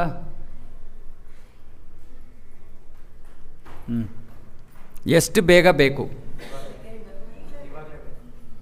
ಇವಾಗಲೇ ಬೇಕಾ? ಅಶ್ವಿನಿ ಮಾತಾಜಿ ಎಲ್ಲಿ? ಹೊರಗಡೆ ಹೋಗಿದ್ದಾರೆ. ಸೊ 3 ಆಪ್ಷನ್ ಇದೆ ನಮಗೆ. ಇವಾಗಲೇ ಬೇಕು, ಈ ಜನ್ಮದ ಅಂತ್ಯದಲ್ಲಿ, ಅಂದರೆ ಈ ದೇಹವನ್ನು ನಾನು ತ್ಯಾಗ ಮಾಡಾದ್ಮೇಲೆ, ಅಂದರೆ ಮೃತ್ಯು ಆದಮೇಲೆ ಬೇಕು. 3ನೇದು, ಪ್ರಭು ಇನ್ನೊಂದು ಸ್ವಲ್ಪ ಜನ್ಮಗಳಿರಲಿ ಬಿಡಿ ಪ್ರಭು, ಇನ್ನೊಂದು ಸ್ವಲ್ಪ ಜನ್ಮಗಳಾದಮೇಲೆ ಕೃಷ್ಣ ಬೇಕು. ಸೊ 3 ಆಪ್ಷನಲ್ಲಿ ಯಾವುದು ಬೇಕು? ಸೆಕೆಂಡ್ ಜನರಿನ್ನೂ ರೆಡಿಯಾಗಿಲ್ಲ. ಓಕೆ, ಎಷ್ಟು ಜನ ಫಸ್ಟ್ ಆಪ್ಷನ್ಗೆ ರೆಡಿಯಾಗಿದ್ದೀರಾ? ಅಂದರೆ ಈ ಕ್ಷಣದಲ್ಲಿ ಎಲ್ಲವನ್ನು ಬಿಟ್ಟು ಹೋಗೋದಕ್ಕೆ ರೆಡಿಯಾಗಿರೋರು, ಈ ಕ್ಷಣದಲ್ಲಿ. ಅಂದರೆ ಈ ಕ್ಷಣದಲ್ಲಿ ರೆಡಿಯಾಗಿರೋರು ಕನಿಷ್ಠ 16 ಮಾಲೆ ಜಪ ಮಾಡ್ತಾ ಇರಬೇಕು. ಇಲ್ಲಾಂದರೆ ನಾವೇನು ಬಿಟ್ಟು ಹೋಗೋಕೆ ರೆಡಿಯಾಗಿದ್ದೀವಿ? 16 ಮಾಲೆನೇ ಮಾಡ್ತಾಯಿಲ್ಲ, ನಾವು ಕೃಷ್ಣ ಹತ್ರ ಹೆಂಗೆ ಹೋಗ್ತೀವಿ? ಸೊ ಕೈಯೋ ಎತ್ತೋಕ್ಕಿಂತ ಮುಂಚೆ ಯೋಚನೆ ಮಾಡಬೇಕು, ಯಾಕೆ ಇವತ್ತು ನಾನು 16 ಮಾಲೆ ಮಾಡ್ತಾಯಿಲ್ಲ? ನಾನು ಕೃಷ್ಣ ಹತ್ರ ಹೋಗೋಕೆ ರೆಡಿಯಾಗಿದ್ದೀನಿ ಅಂದರೆ ಅದಕ್ಕಿರೋ ಒಂದೇ ಮಾರ್ಗ, ಹರೇ ಕೃಷ್ಣ ಮಹಾಮಂತ್ರ. ಕನಿಷ್ಠ 16 ಮಾಲೆ ಮಾಡ್ತಾ ಇದ್ದರೆ ಕೈ ಎತ್ತಬೇಡಿ, ಫಸ್ಟ್ 16 ಮಾಲೆ ಮಾಡೋಕ್ಕೆ ಶುರು ಮಾಡಿ. ಯಾಕಂದರೆ ಇಲ್ಲಾಂದ್ರೆ ಹೋಗೋಕ್ಕಾಗಲ್ಲ, ನಿಮ್ಗೆ ಬೇಕು ಅಂದರೂ ಹೋಗೋಕ್ಕಾಗಲ್ಲ.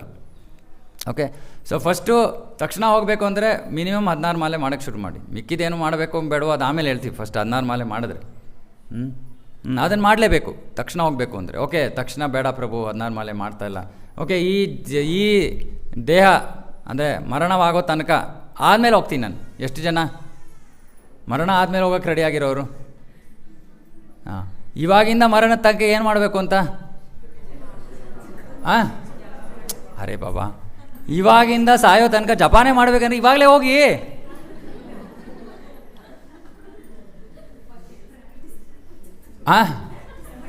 ಅಲ್ಲ, ಪ್ರಾಕ್ಟೀಸ್ ಕೃಷ್ಣನಿಗೆ ಬಿಟ್ಬಿಡಿ. ಅವನು ಹೇಳ್ತಾನೆ ನಾನು ಕರ್ಕೊಂಡು ಹೋಗ್ತೀನಿ, ನಿಮ್ಮ ಮನಸ್ಸಲ್ಲಿ ಆಸೆ ಇದೆಯಾ? ಇವಾಗ ನೋಡಿ, ಪ್ರಾಬ್ಲಮ್ ಏನು ಗೊತ್ತಾ, ನಮ್ಮ ಮನಸ್ಸು ಸ್ವಲ್ಪ ನಮಗೆ ಮೋಸ ಮಾಡುತ್ತೆ. ಅದು ನೆಕ್ಸ್ಟ್ ಟಾಪಿಕ್ಕು, 6ನೇ ಅಧ್ಯಾಯದಲ್ಲಿ ಮನಸ್ಸಿನ ಬಗ್ಗೆ ತಿಳ್ಕೊತೀವಿ. ನಮ್ಮ ಮನಸ್ಸು ಸ್ವಲ್ಪ ಮೋಸ ಮಾಡುತ್ತೆ ನಮಗೆ. ಮನಸ್ಸು ಹೇಳುತ್ತೆ, ಇವಾಗಂತೂ ರೆಡಿಯಾಗಿಲ್ಲ, ತುಂಬ ಜನ್ಮಗಳಾದಮೇಲೆ ಅಂದರೆ ಎಲ್ಲ ನಕ್ಬಿಡ್ತಾರೆ, ಸರಿ ಜೀವನದ ಅಂತ್ಯ ಅಂದ್ಬಿಡ್ತೀನಿ. ಆದರೆ ಏನಾಗುತ್ತೆ, ಆ ಜೀವನದ ಅಂತ್ಯ ಆಗೋದ್ರೊಳಗೆ ನಮ್ಮ ಮನಸ್ಸು ಚೇಂಜ್ ಆಗಿಬಿಡ್ಬೋದು. ನಮ್ಮ ಮನಸ್ಸು ಏನು ಮಾಡುತ್ತೆ, ಯಾಕೆ ಇದೊಂದೇ ಜನ್ಮ, ಈ ಜನ್ಮ ಭಾರತದಲ್ಲಿ ಜನ್ಮ ತೊಗೊಂಡ್ಬಿಟ್ಟಿದ್ದೀನಿ, ನನಗೆ ಆ್ಯಕ್ಚುಲಿ ಅಮೇರಿಕಾನಲ್ಲಿ ಇರಬೇಕಾಗಿತ್ತು, ಸರಿ ಮುಂದಿನ ಜನ್ಮ ಅಲ್ಲಿ ಹುಟ್ಟುಬಿಡ್ತೀನಿ.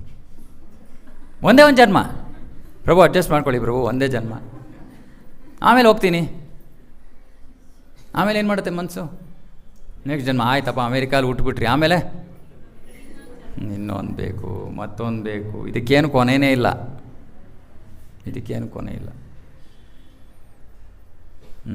ಇನ್ನೂ ಹಲವಾರು ಜನ್ಮಗಳನ್ನವರು ನಿಜವಾಗ್ಲೂ ತುಂಬ ರಿಸ್ಕು, ಭಾಳ ರಿಸ್ಕು. ಯಾಕೆ ಅಂದರೆ ಹಲವಾರು ಜನ್ಮಗಳ ಬಳಿಕ ನಾವು ನಿಜವಾಗ್ಲೂ ಕೃಷ್ಣ ಹತ್ರ ಹೋಗಬೇಕು ಅಂದರೆ ನಮಗೆ ಭಕ್ತರ ಸಂಘ ಇರಲೇಬೇಕು.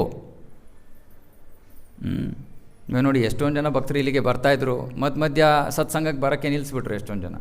ಯಾಕೆ? ಮನಸ್ಸು ಮೋಸ ಮಾಡಿಬಿಡ್ತು ಅವ್ರಿಗೆ. ಎಲ್ಲಕ್ಕಿಂತ ಅಮೂಲ್ಯವಾದ ಜಾಗಕ್ಕೆ ಬರ್ತಾಯಿದ್ರು ಕೃಷ್ಣ ಪ್ರಜ್ಞೆಯನ್ನು ಬೆಳೆಸ್ಕೊಳ್ಳೋಕೆ. ಇದಕ್ಕಿಂತ ಅಮೂಲ್ಯವಾದದ್ದು ಇಲ್ಲವೇ ಇಲ್ಲ, ಆ ಡೈಮಂಡ್ ಶಾಪು ಅಲ್ಲ. ಆದರೆ ಮನಸ್ಸು ಮೋಸ ಮಾಡಿಬಿಡ್ತು ನೋಡಿ ಅವ್ರಿಗೆ. ನಮ್ಮ ಭಕ್ತರು ಎಷ್ಟೊಂದು ಕರೆದ್ರು, ಕೂಗಿದ್ರು, ಹತ್ರು, ಕರೆದ್ರು, ಎಲ್ಲ ಮಾಡಿದ್ರು. ಸುಮ್ಮನೆ ಪದೇ ಪದೇ ವಾರ ಅದೇ ಫೋನ್ ಮಾಡ್ತಾ ಇರಬೇಡ್ರಿ, ಇಡ್ರಿ ಫೋನ್ನ. ಪಾಪ ಮಾಡಿದವರೆಲ್ಲ ಪ್ರಭು ನನಗೆ ಹೇಳ್ತಾರೆ, ಪ್ರಭು ಏನು ಮಾಡೋದು, ಏನು ಮಾಡೋದಾರಪ್ಪ, ನಮ್ಮ ಕೆಲಸನೇ ಬಯಸ್ಕೊಳ್ಳೋದು, ಮಾಡೋಣ. ಇನ್ನೊಬ್ರಿಗೆ ಒಳ್ಳೋದೇ ಆಗಬೇಕಂದ್ರೆ ನಮಗೆ ಕೆಟ್ಟದಾದರೆ ತೊಂದರೆ ಇಲ್ಲ ನಮಗೆ. ಆದರೆ ನೋಡಿ, ಮನಸ್ಸು ಮೋಸ ಮಾಡಿಬಿಡ್ತು ಮಧ್ಯದಲ್ಲೇ, ಇನ್ನೂ ಶುರುನೇ ಮಾಡಿಲ್ಲ ಆಗಲೇ ಮೋಸ ಮಾಡಿಬಿಡ್ತು. ಇನ್ನು ಮುಂದಿನ ಜನ್ಮದಲ್ಲಿ, ಇನ್ನೊಂದು ಜನ್ಮದಲ್ಲಿ ಏನು ಗ್ಯಾರಂಟಿ? ಮನಸ್ಸು ಮೋಸ ಮನಸ್ಸು ಯಾವುದ್ರ ಮೇಲೆ ಹೋಗುತ್ತೆ ಗೊತ್ತಾ? ಮನಸ್ಸು ಅದೇನು ಹೇಳಿ ನೆಕ್ಸ್ಟ್ 6th ಚಾಪ್ಟ್ರು, ಮನಸ್ಸು ಮಗುವಿನ ಥರ. ಮಕ್ಕಳು ಈಸಿಯಾಗಿ ಇನ್ಫ್ಲುಯೆನ್ಸ್ ಆಗಿಬಿಡ್ತಾರೆ. ಒಳ್ಳೆಯ ಸಂಘದಲ್ಲಿದ್ದರೆ ಒಳ್ಳೆಯವರಾಗಿರ್ತಾರೆ, ಯಾರೋ ಸ್ವಲ್ಪ ತಲೆಯಾಟಗಳು ಬಂದರೆ ಅವರು ತಲೆಯಾಟಗಳಾಗ್ಬಿಡ್ತಾರೆ. ಭಾಳ ಈಸಿ ಚೇಂಜ್ ಆಗಿಬಿಡೋದು. ಮನಸ್ಸು ಅದೇ ರೀತಿ. ಇವತ್ತು ಸತ್ಸಂಗ ಸಿಗ್ತಾಯಿದೆ, ನಮ್ಮ ಮನಸ್ಸು ಅಂತ ಇದೆ, ಇಲ್ಲ ಏನು ಪ್ರಭು ಹಿಂಗೆ ಅಂತ ಇದ್ದಾರೆ, ಗ್ಯಾರಂಟಿ ನಾನು ನೆಕ್ಸ್ಟ್ ಜನ್ಮ ಹೋಗ್ತೀನಿ. ಆದರೆ ಸಂಘದಿಂದನೇ ಹೊರಗಡೆ ಹೊರಟೋಗ್ಬೋದು ನಾವು. ಆವಾಗ ಕಿವಿ ಮುಚ್ಕೊಂಡು ಓಡ್ತೀವಿ ಭಕ್ತರು ಬಂದರೆ ಹತ್ರ. ದೂರ ಇರಿಯಪ್ಪ ನೀವು. ಅಮೇರಿಕಾದಲ್ಲಿ ಪ್ರಭುಪಾದರು ಈ ಇಸ್ಕಾನ್ ಶುರು ಮಾಡಿದಾಗ ಜನರು ಕೇಸ್ ಹಾಕಿದರು ಇಸ್ಕಾನ್ ಮೇಲೆ, ಬ್ರೈನ್ ವಾಷಿಂಗ್ ಅಂತ. ತುಂಬ ವರ್ಷಗಳ ತನಕ ನಡೀತು ಆ ಕೇಸು. ಪ್ರಭುಪಾದ ಹೇಳಿದ್ರು, ಓ ಒಳ್ಳೆಯದು ಕೇಸು, ನಮ್ಗೆ ಪಬ್ಲಿಸಿಟಿ ಸಿಗುತ್ತೆ ಕೃಷ್ಣನಿಗೆ. ಯಾಕೆ ನಾವು ನಿಜವಾಗ್ಲೂ ಬ್ರೈನ್ ವಾಶ್ ಮಾಡ್ತಾಯಿದ್ದೀವಿ, ನಿಮ್ಮ ಬ್ರೈನಲ್ಲಿ ಎಷ್ಟೊಂದು ಕೊಳೆ ಇದೆ ತೆಗೆದಾಕ್ತಾ ಇದ್ದೀವಿ ನಾವು. ಪ್ರಭುಪಾದರು ಹೇಳಿದ್ರು, ನಿಜವಾಗ್ಲೂ ನಾವು ಬ್ರೈನ್ ವಾಶ್ ಮಾಡ್ತಾಯಿಲ್ಲ, ಕ್ಲೀನ್ ಮಾಡ್ತಾಯಿದ್ದೀವಿ ಅಂತ. ಸೊ ಹಾಗಾಗಿ ಅಷ್ಟು ಸುಲಭ ಅಲ್ಲ ಭಕ್ತರ ಸಂಘದಲ್ಲಿ ಉಳಿಯೋದು. ನಮಗೆ ಎಲ್ಲಕ್ಕಿಂತ ಜೀವನದಲ್ಲಿ ಮೋಸ್ಟ್ ಫಾರ್ಚೂನ್, ಎಲ್ಲಕ್ಕಿಂತ ದೊಡ್ಡ ಸೌಭಾಗ್ಯ ಅಂದರೆ ನಾವು ಭಕ್ತರ ಸಂಘದಲ್ಲಿರೋದು. ಅದಕ್ಕಿಂತ ದೊಡ್ಡ ಸೌಭಾಗ್ಯ ಇನ್ಯಾವುದೂ ಇಲ್ಲ. ಅರೆ ಅದರಿಂದ ನಾವು ಯಾವಾಗ ಬೇಕಾದ್ರೂ ದೂರವಾಗ್ಬೋದು, ಯಾವಾಗ ಬೇಕಾದರೂ, ಯಾರಿಗೆ ಬೇಕಾದರೂ, ನಮಗೆ ಬೇಕಾದರೂ. ಯಾವಾಗ ನಮಗೆ ಬೇಡ ಅನಿಸುತ್ತೋ ನಿಲ್ಲಿಸ್ಬಿಡ್ತೀವಿ. ಸೊ ಬಹಳ ಜಾಗರೂಕರಾಗಿರಿ. ಅದಕ್ಕೆ ನಾನು ಹೇಳ್ತಾ ಇರೋದು, ನಮಗೆ ಬೇರೆ ಏನೂ ಇಲ್ಲ ಅಂದರೆ ನಾವು ಜಪ ಮಾಡ್ತಾ ಇಲ್ಲದರೂ ಪರವಾಗಿಲ್ಲ, ಯಾರಾದರೂ ಒಬ್ಬರು ಭಕ್ತರಿಂದ ಇರಿ, ಭಕ್ತರ ಸಂಪರ್ಕದಲ್ಲಿರಿ, ಅಷ್ಟೇ ಸಾಕು. ನಮಗೇನೋ ಪ್ರೊಟೆಕ್ಷನ್, ಅದು ಇನ್ಶೂರೆನ್ಸ್ ಇಲ್ಲ ಅಂದರೆ ಏನು ಗ್ಯಾರಂಟಿ ಇಲ್ಲ.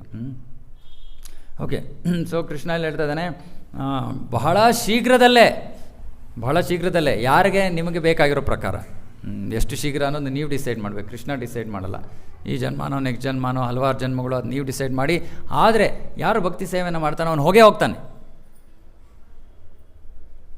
ಬೇಡ ನಾನು ಇಲ್ಲೇ ಇರ್ತೀನಿ ಅನ್ನೋ ತನಕ ನಾವು ಹೋಗೋಕ್ಕೆ ನಮಗೆ ಸಂಪೂರ್ಣ ಯೋಗ್ಯತೆ ಇದೆ, ಸಂಪೂರ್ಣ ಅರ್ಹತೆ ಇದೆ, ಕ್ವಾಲಿಫಿಕೇಷನ್ ಇದೆ, ಎಲ್ಲವೂ ಇದೆ ಹೋಗೋಕ್ಕೆ. ಓಕೆ. ಇಲ್ಲಿ ನೋಡಿ ಮುಂದಿನ ಶ್ಲೋಕದಲ್ಲಿ ಹೇಳ್ತಾ ಇದ್ದಾರೆ, ಯೋಗಯುಕ್ತೋ ವಿಶುದ್ಧ ಆತ್ಮ ವಿಜಿತಾತ್ಮ ಜಿತೇಂದ್ರಿಯ ಸರ್ವಭೂತಾತ್ಮ ಭೂತಾತ್ಮ ಕುರ್ವನ್ನಪಿ ನ ಲಿಪ್ಯತಿ. ಅವನು ಏನು ಕೆಲಸ ಮಾಡಿದ್ರು ಅವನು ಯಾವುದರಲ್ಲೂ ಬಂಧನಕ್ಕೆ ಸಿಕ್ಕಾಕೊಳ್ಳೋದಿಲ್ಲ.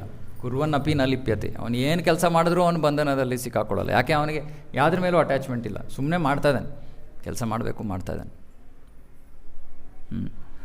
ಸೊ ಇದು ಯಾವ ರೀತಿ ಕರ್ಮ ಮಾಡಬೇಕು, ಯಾವ ಬಾಂಧವ್ಯ ಇಲ್ಲದೆ ಭಕ್ತಿ ಜೀವನವನ್ನು ನಡೆಸ್ಕೊಂಡು ಜೊತೆಗೆ ಕೆಲಸವನ್ನು ಮಾಡಬೇಕು. ಇಲ್ಲಿ ಹೇಳ್ತಾ ಇದಕ್ಕೆ, ಯಾರು ಭಕ್ತಿಯಲ್ಲಿ ಕೆಲಸ ಮಾಡ್ತಾನೋ ಶುದ್ಧ ಆತ್ಮ, ಅವನು ತನ್ನ ಮನಸ್ಸು ಇಂದ್ರಿಯಗಳನ್ನು ನಿಯಂತ್ರಿಸ್ತಾನೆ, ಮತ್ತು ಅವನು ಎಲ್ಲರಿಗೂ ಪ್ರಿಯನಾದವನು.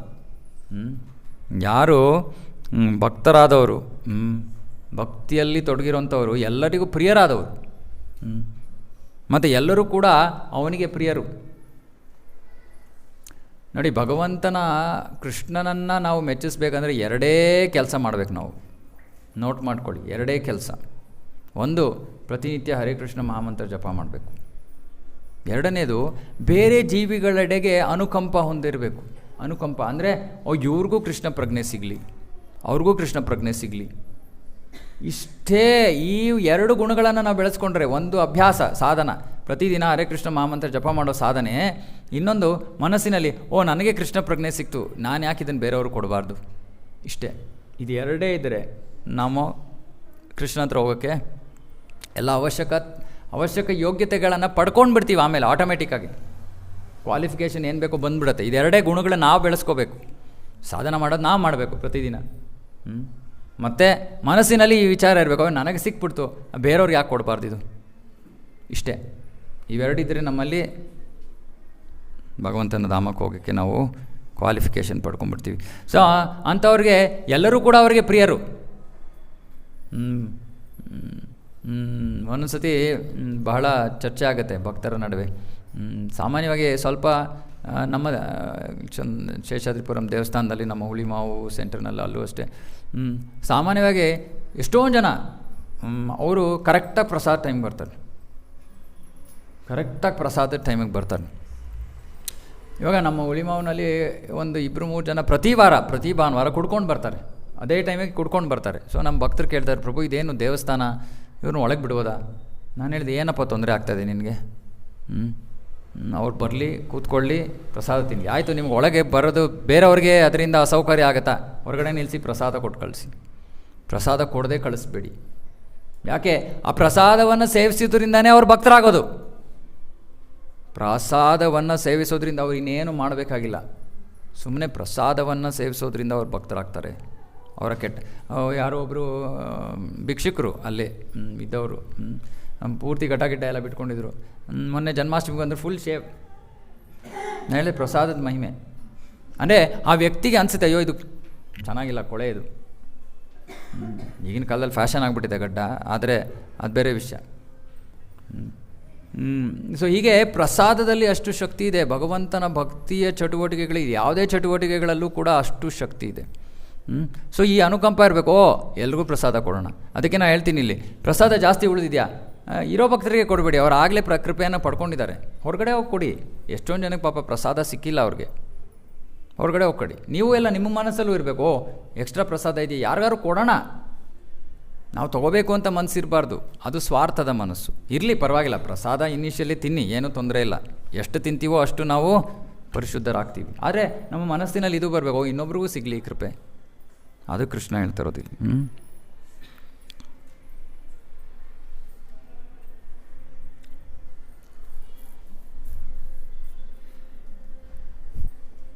ಓಕೆ, ನಾನು 5 ನಿಮಿಷ.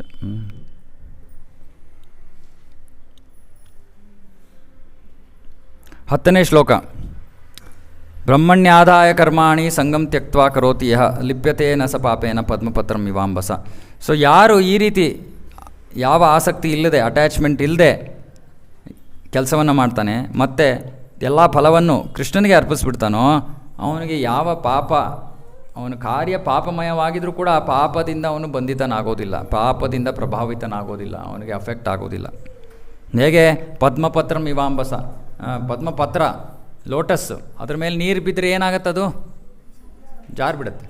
ಅದೇ ರೀತಿ ಸೊ ಯಾವ ಭಕ್ತ ಈ ರೀತಿ ಯಾವ ಅಟ್ಯಾಚ್ಮೆಂಟ್ ಇಲ್ಲದೆ ತನ್ನ ಕಾರ್ಯಗಳನ್ನು ಮಾಡ್ತಾ ಇದ್ದಾನೆ, ಫಲಗಳನ್ನು ಕೂಡ ಭಗವಂತನಿಗೆ ಸಮರ್ಪಿಸ್ತಾ ಇದ್ದಾನೆ, ಆ ಫಲದಲ್ಲಿ ಎಷ್ಟು ಪಾಪ ಇದ್ದರೂ ಸರಿ, ಪುಣ್ಯ ಇದ್ದರೂ ಸರಿ, ಅವನು ಅದರಿಂದ ಆ ಪುಣ್ಯ ಪಾಪ ಅವನನ್ನು ಬಾಧಿಸೋದಿಲ್ಲ, ಅವನನ್ನು ಬಂಧಿಸೋದಿಲ್ಲ, ಅವನ ಮೇಲೆ ಪ್ರಭಾವ ಬೀರೋದಿಲ್ಲ. ಅಂದರೆ ಅವನಿಗೆ ಕರ್ಮಫಲ ಇಲ್ಲ. ಸುಮ್ಮನೆ ಮಾಡಬೇಕಾಗಿರೋದು ಇಷ್ಟೇ, ಯಾವ ಅಟ್ಯಾಚ್ಮೆಂಟ್ ಇಲ್ಲದೆ, ಓಕೆ ಮನೆಯನ್ನು ನಡ್ಸೋಕ್ಕೋಸ್ಕರ ಕೆಲಸ ಮಾಡ್ತಾಯಿದ್ದೀನಿ ಇತ್ಯಾದಿ ಇತ್ಯಾದಿ, ಆ ಮನೋಭಾವದಿಂದ ಕೆಲಸ ಮಾಡಬೇಕು, ಯಾವುದರ ಭೌತಿಕ ವ್ಯಾಮೋಹ ಇಲ್ಲದೆ ಅವನು ಜೀವನ ಮಾಡಿಸಿದ್ರೆ, ನಮಗೇನು ಅನ್ನಿಸ್ತಾ ಇದೆ, ಈ ಭೌತಿಕವಾಗಿ ನಾವು ಈ ರೀತಿ ಅಂಟ್ಕೊಂಡಿರೋದ್ರಿಂದನೇ ನನಗೆ ಸುಖ ಸಿಗುತ್ತೆ, ಅದು ನಾನು ಆಗಲೇ ಹೇಳಿದೆ, ಅದು ದುಃಖಕ್ಕೆ ಮೂಲ. ಅರೆ ಆ ಅಟ್ಯಾಚ್ಮೆಂಟ್ನ ಬಿಟ್ಟು ನಾವು ಜೀವನ ನಡೆಸಿದಾಗ ಸುಖಕ್ಕೆ ಮಾರ್ಗ, ಸುಖವನ್ನು ಪಡಿತೀವಿ, ಅಲ್ಲದೆ ಬಂಧನದಿಂದಲೂ ಮುಕ್ತರಾಗ್ತೀವಿ. ಸೊ ಇದು ಸುಲಭವಾದ ಮಾರ್ಗ. ನಾರಾಯಣಿಗೇನೋ ಹೇಳಬೇಕಂತೆ, ಅವಳು ಇವೆಲ್ಲ ಕೇಳ್ಕೊಂಡಿದ್ದಾಳೆ ಹೋದ ಜನ್ಮದಲ್ಲಿ, ಅದಕ್ಕೆ ಕೊಯ್ಯಮೊಯ್ಯ ಅಂತ ಇದ್ದಾಳೆ, ಪ್ರಭು ನಾನು ಹೇಳ್ಬೇಕೇನಾದರೂ ಅಂತ. ಸೊ ಇದೊಂದು ಕೊನೆ ಬಹಳ ಮುಖ್ಯವಾದ ಶ್ಲೋಕ, ಇದನ್ನು ರಿಪೀಟ್ ಮಾಡಿ ನಾನು ಹೇಳ್ತೀನಿ. ಶ್ಲೋಕ 11. ಕಾಯೇನ ಮನಸಾ ಬುದ್ಧ್ಯಾ ಕೇವಲೈರಿಂದ್ರಿಯೈರಪಿ ಯೋಗಿನಃ ಕರ್ಮ ಕುರ್ವಂತಿ ಸಂಗಂ ತ್ಯಕ್ತ್ವಾ ಆತ್ಮಶುದ್ಧಯೇ. ಬಹಳ ಮುಖ್ಯವಾದದ್ದು. ಕಾಯೇನ ಮನಸಾ ಬುದ್ಧ್ಯ. ಕಾಯ ಅಂದರೆ ಶರೀರ, ಮನಸ ಅಂದರೆ ಮನಸ್ಸು, ಬುದ್ಧ್ಯ ಅಂದರೆ ಬುದ್ಧಿ. ಒಬ್ಬ ವ್ಯಕ್ತಿ ಕೆಲಸ ಯಾವುದರಿಂದ ಮಾಡ್ತಾನೆ? ಶರೀರದಿಂದ, ಮನಸ್ಸಿನಿಂದ, ಬುದ್ಧಿಯಿಂದ.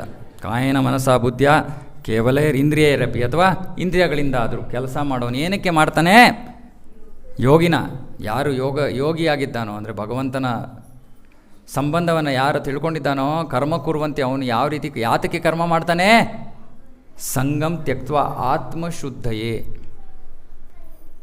ಸಂಗಂ ತ್ಯಕ್ತ್ವ ಅಂದರೆ ಅದರ ಮೇಲಿನ ಆ ವ್ಯಾಮೋಹನ, ಅಟ್ಯಾಚ್ಮೆಂಟ್ನ ತ್ಯಜಿಸಿ ಯಾತಕ್ಕೋಸ್ಕರ ಮಾಡ್ತಾ ಇದ್ದಾನೆ? ಆತ್ಮಶುದ್ಧಯೇ. ಕೇವಲ ಪರಿಶುದ್ಧರಾಗೋಕೆ ಮಾತ್ರ ಕೆಲಸಗಳನ್ನು ಮಾಡಬೇಕು. ನಾವು ಏನು ಕರ್ಮ ಮಾಡಿದ್ರು ಅದರಿಂದ ನಾವು ಪರಿಶುದ್ಧರಾಗಬೇಕು, ಅದರಿಂದ ನಾವು ಕಲುಷಿತರಾಗಬಾರ್ದು. ಯೋಗಿ ನಾನು ಭಗವಂತನ ಭಕ್ತ, ಅವನೇನು ಮಾಡ್ತಾನೆ? ಯಾವ ವ್ಯಾಮೋಹ ಇಲ್ಲದೆ ತಾನು ಏನು ಕೆಲಸವನ್ನು ಮಾಡ್ತಾಯಿದ್ರು ಕೂಡ, ನಾನು ಇದರಿಂದ ಪರಿಶುದ್ಧನಾಗಬೇಕು. ಹೇಗೆ ಪರಿಶುದ್ಧನಾಗ್ತೀನಿ? ಆ ಫಲಗಳನ್ನು ನಾನು ಕೃಷ್ಣನಿಗೆ ಅರ್ಪಣೆ ಮಾಡಿದಾಗ ಆಟೋಮೆಟಿಕಾಗಿ ನಾನು ಪರಿಶುದ್ಧನಾಗ್ತೀನಿ, ಅಥವಾ ಕೃಷ್ಣನ ಸಂತೃಪ್ತಿಗೋಸ್ಕರ ನಾನು ಕೆಲಸ ಮಾಡಿದಾಗ ಆಟೋಮೆಟಿಕಾಗಿ ನಾನು ಪರಿಶುದ್ಧನಾಗ್ತೀನಿ. ಸೊ ಜೀವನದಲ್ಲಿ ಒಂದೇ ಉದ್ದೇಶ ಇರಬೇಕು, ಕರ್ಮ ಮಾಡೋದಕ್ಕೆ, ಕೆಲಸ ಮಾಡೋದಕ್ಕೆ, ನಮ್ಮ ಶುದ್ಧತೆ. ಪ್ರತಿದಿನ ಬೆಳಗಿಂದ ಸಂಜೆ ತನಕ ಕೆಲಸ ಮಾಡ್ತೀವಿ, ನಾವೇನು ಯೋಚನೆ ಮಾಡಬೇಕು? ನೆನ್ನೆಗಿಂತ ಇವತ್ತು ಪರಿಶುದ್ಧನಾಗಿದ್ದೀನೋ ನಾನು ಇಲ್ವೋ? ಇಲ್ಲಾಂದರೆ ನೆನ್ನೆ ದಿನ ವ್ಯರ್ಥ, ನೆನ್ನೆ ನಾನು ವೇಸ್ಟ್ ಮಾಡಿಬಿಟ್ಟೆ. ತಿರ್ಗಾ ಇವತ್ತು ಅದೇ ಯೋಚನೆ ಮಾಡಬೇಕು, ಬೆಳಗಿಂದ ಸಂಜೆ ತನಕ ಕೆಲಸ ಮಾಡಿದ್ದೀನಿ, ಏನಾದರೂ ಸ್ವಲ್ಪ ಆದರೂ ಪರಿಶುದ್ಧನಾದ್ನ ಇಲ್ವಾ, ತಿರ್ಗಾ ಇನ್ನೊಂದು ದಿನ ವೇಸ್ಟ್.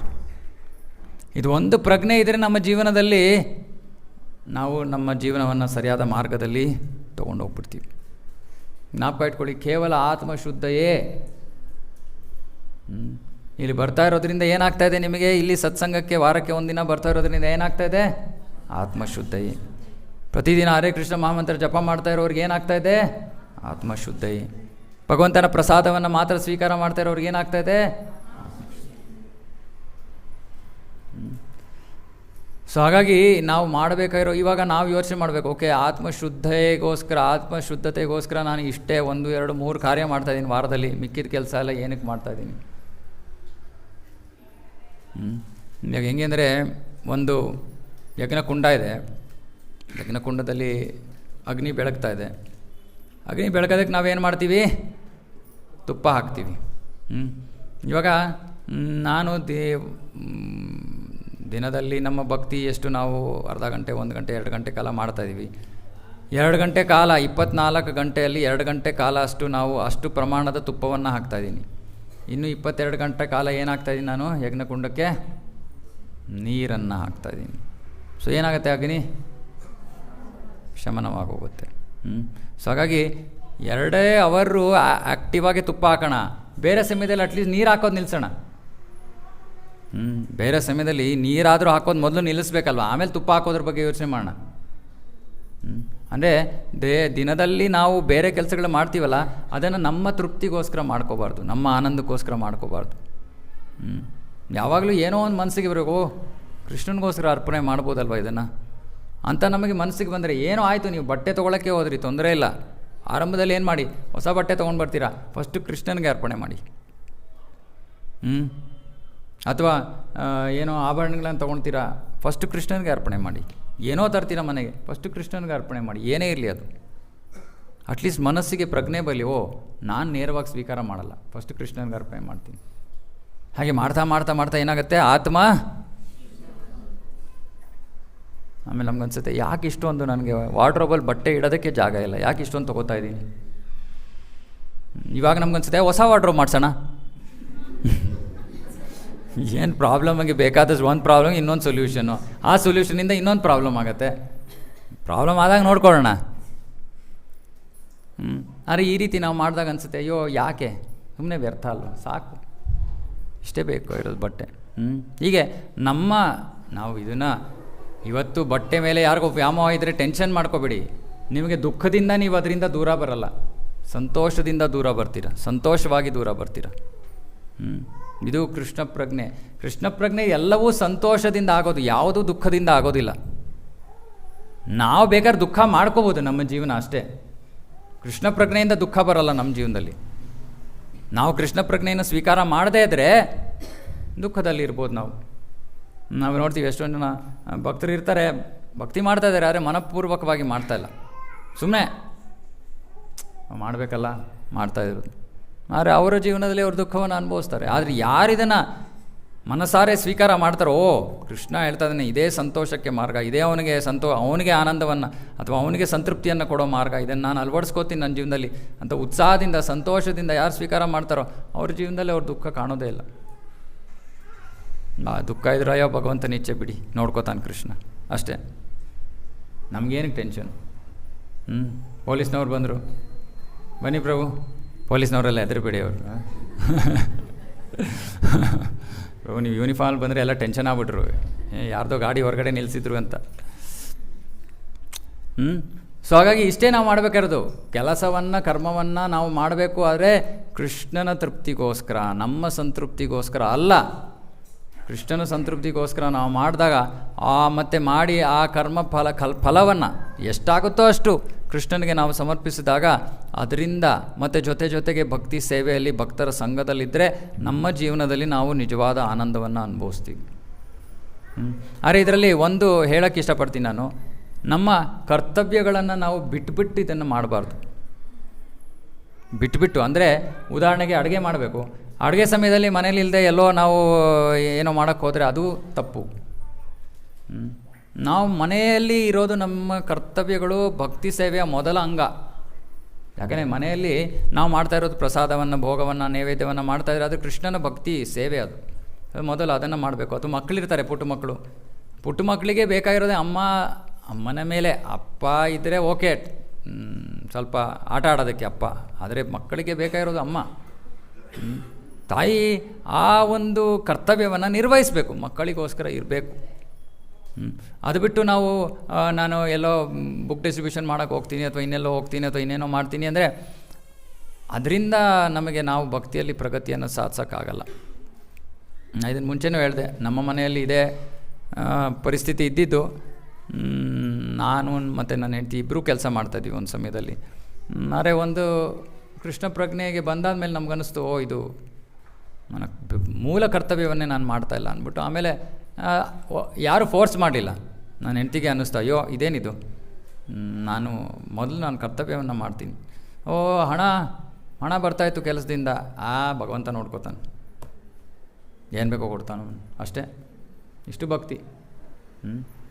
ಆಗ ನಾವು ಜೀವನದಲ್ಲಿ ಸಂತೋಷವಾಗೂ ಇರ್ತೀವಿ, ಜೀವನದಲ್ಲಿ ಯಾವ ಟೆನ್ಷನ್ನು ಬರೋದಿಲ್ಲ. ಇದು ಜೀವನ ನಡೆಸೋ ವಿಧಾನ. ಮೊನ್ನೆ ಯಾವುದೋ ಸ್ಕೂಲ್ಗೆ ಹೋಗಿದ್ದೆ, ಮಕ್ಕಳಿಗೆ ಜನ್ಮಾಷ್ಟಮಿ ಬಗ್ಗೆ ಏನೋ ಹೇಳಿ ಅಂತ ಕರೆದಿದ್ರು. ಹೋಗಿದ್ದೆ, ಪ್ರಿನ್ಸಿಪಲ್ ಹತ್ರ ಮಾತಾಡ್ತಾಯಿದ್ದೆ. ಪ್ರಿನ್ಸಿಪಲ್ ಚೆನ್ನಾಗಿ ಮಾತಾಡ್ತಾಯಿದ್ರು. ನನಗೆ ಇಸ್ಕಾನ್ ಸಂಪರ್ಕ ಇದೆ, ಇದೆಲ್ಲ ಕೇಳಿದ್ದೀನಿ, ನನಗೆ ಇದರಿಂದ ತುಂಬ ಸಂತೋಷ ಸಿಗುತ್ತೆ. ನನಗೂ ಓಕೆ, ಸಂತೋಷ ಆಯಿತು. ಓಕೆ, ಯಾರೋ ಪ್ರಿನ್ಸಿಪಲ್ ಎಲ್ಲ ಈ ರೀತಿ ಇದ್ದರೆ ಮಕ್ಕಳಿಗೂ ಸ್ವಲ್ಪ, ಮಕ್ಕಳು ಇವತ್ತಿನ ಕಾಲದಲ್ಲಿ ಎಲ್ಲರೂ ಸೆಕ್ಯುಲರ್ ಅಂತಾರೆ. ಅಂದರೆ ಈ ಧರ್ಮ ಆ ಧರ್ಮ, ನಾವು ಹಿಂದೂ ಅಂತ ಹೇಳ್ಬಾರ್ದು ನಾವು.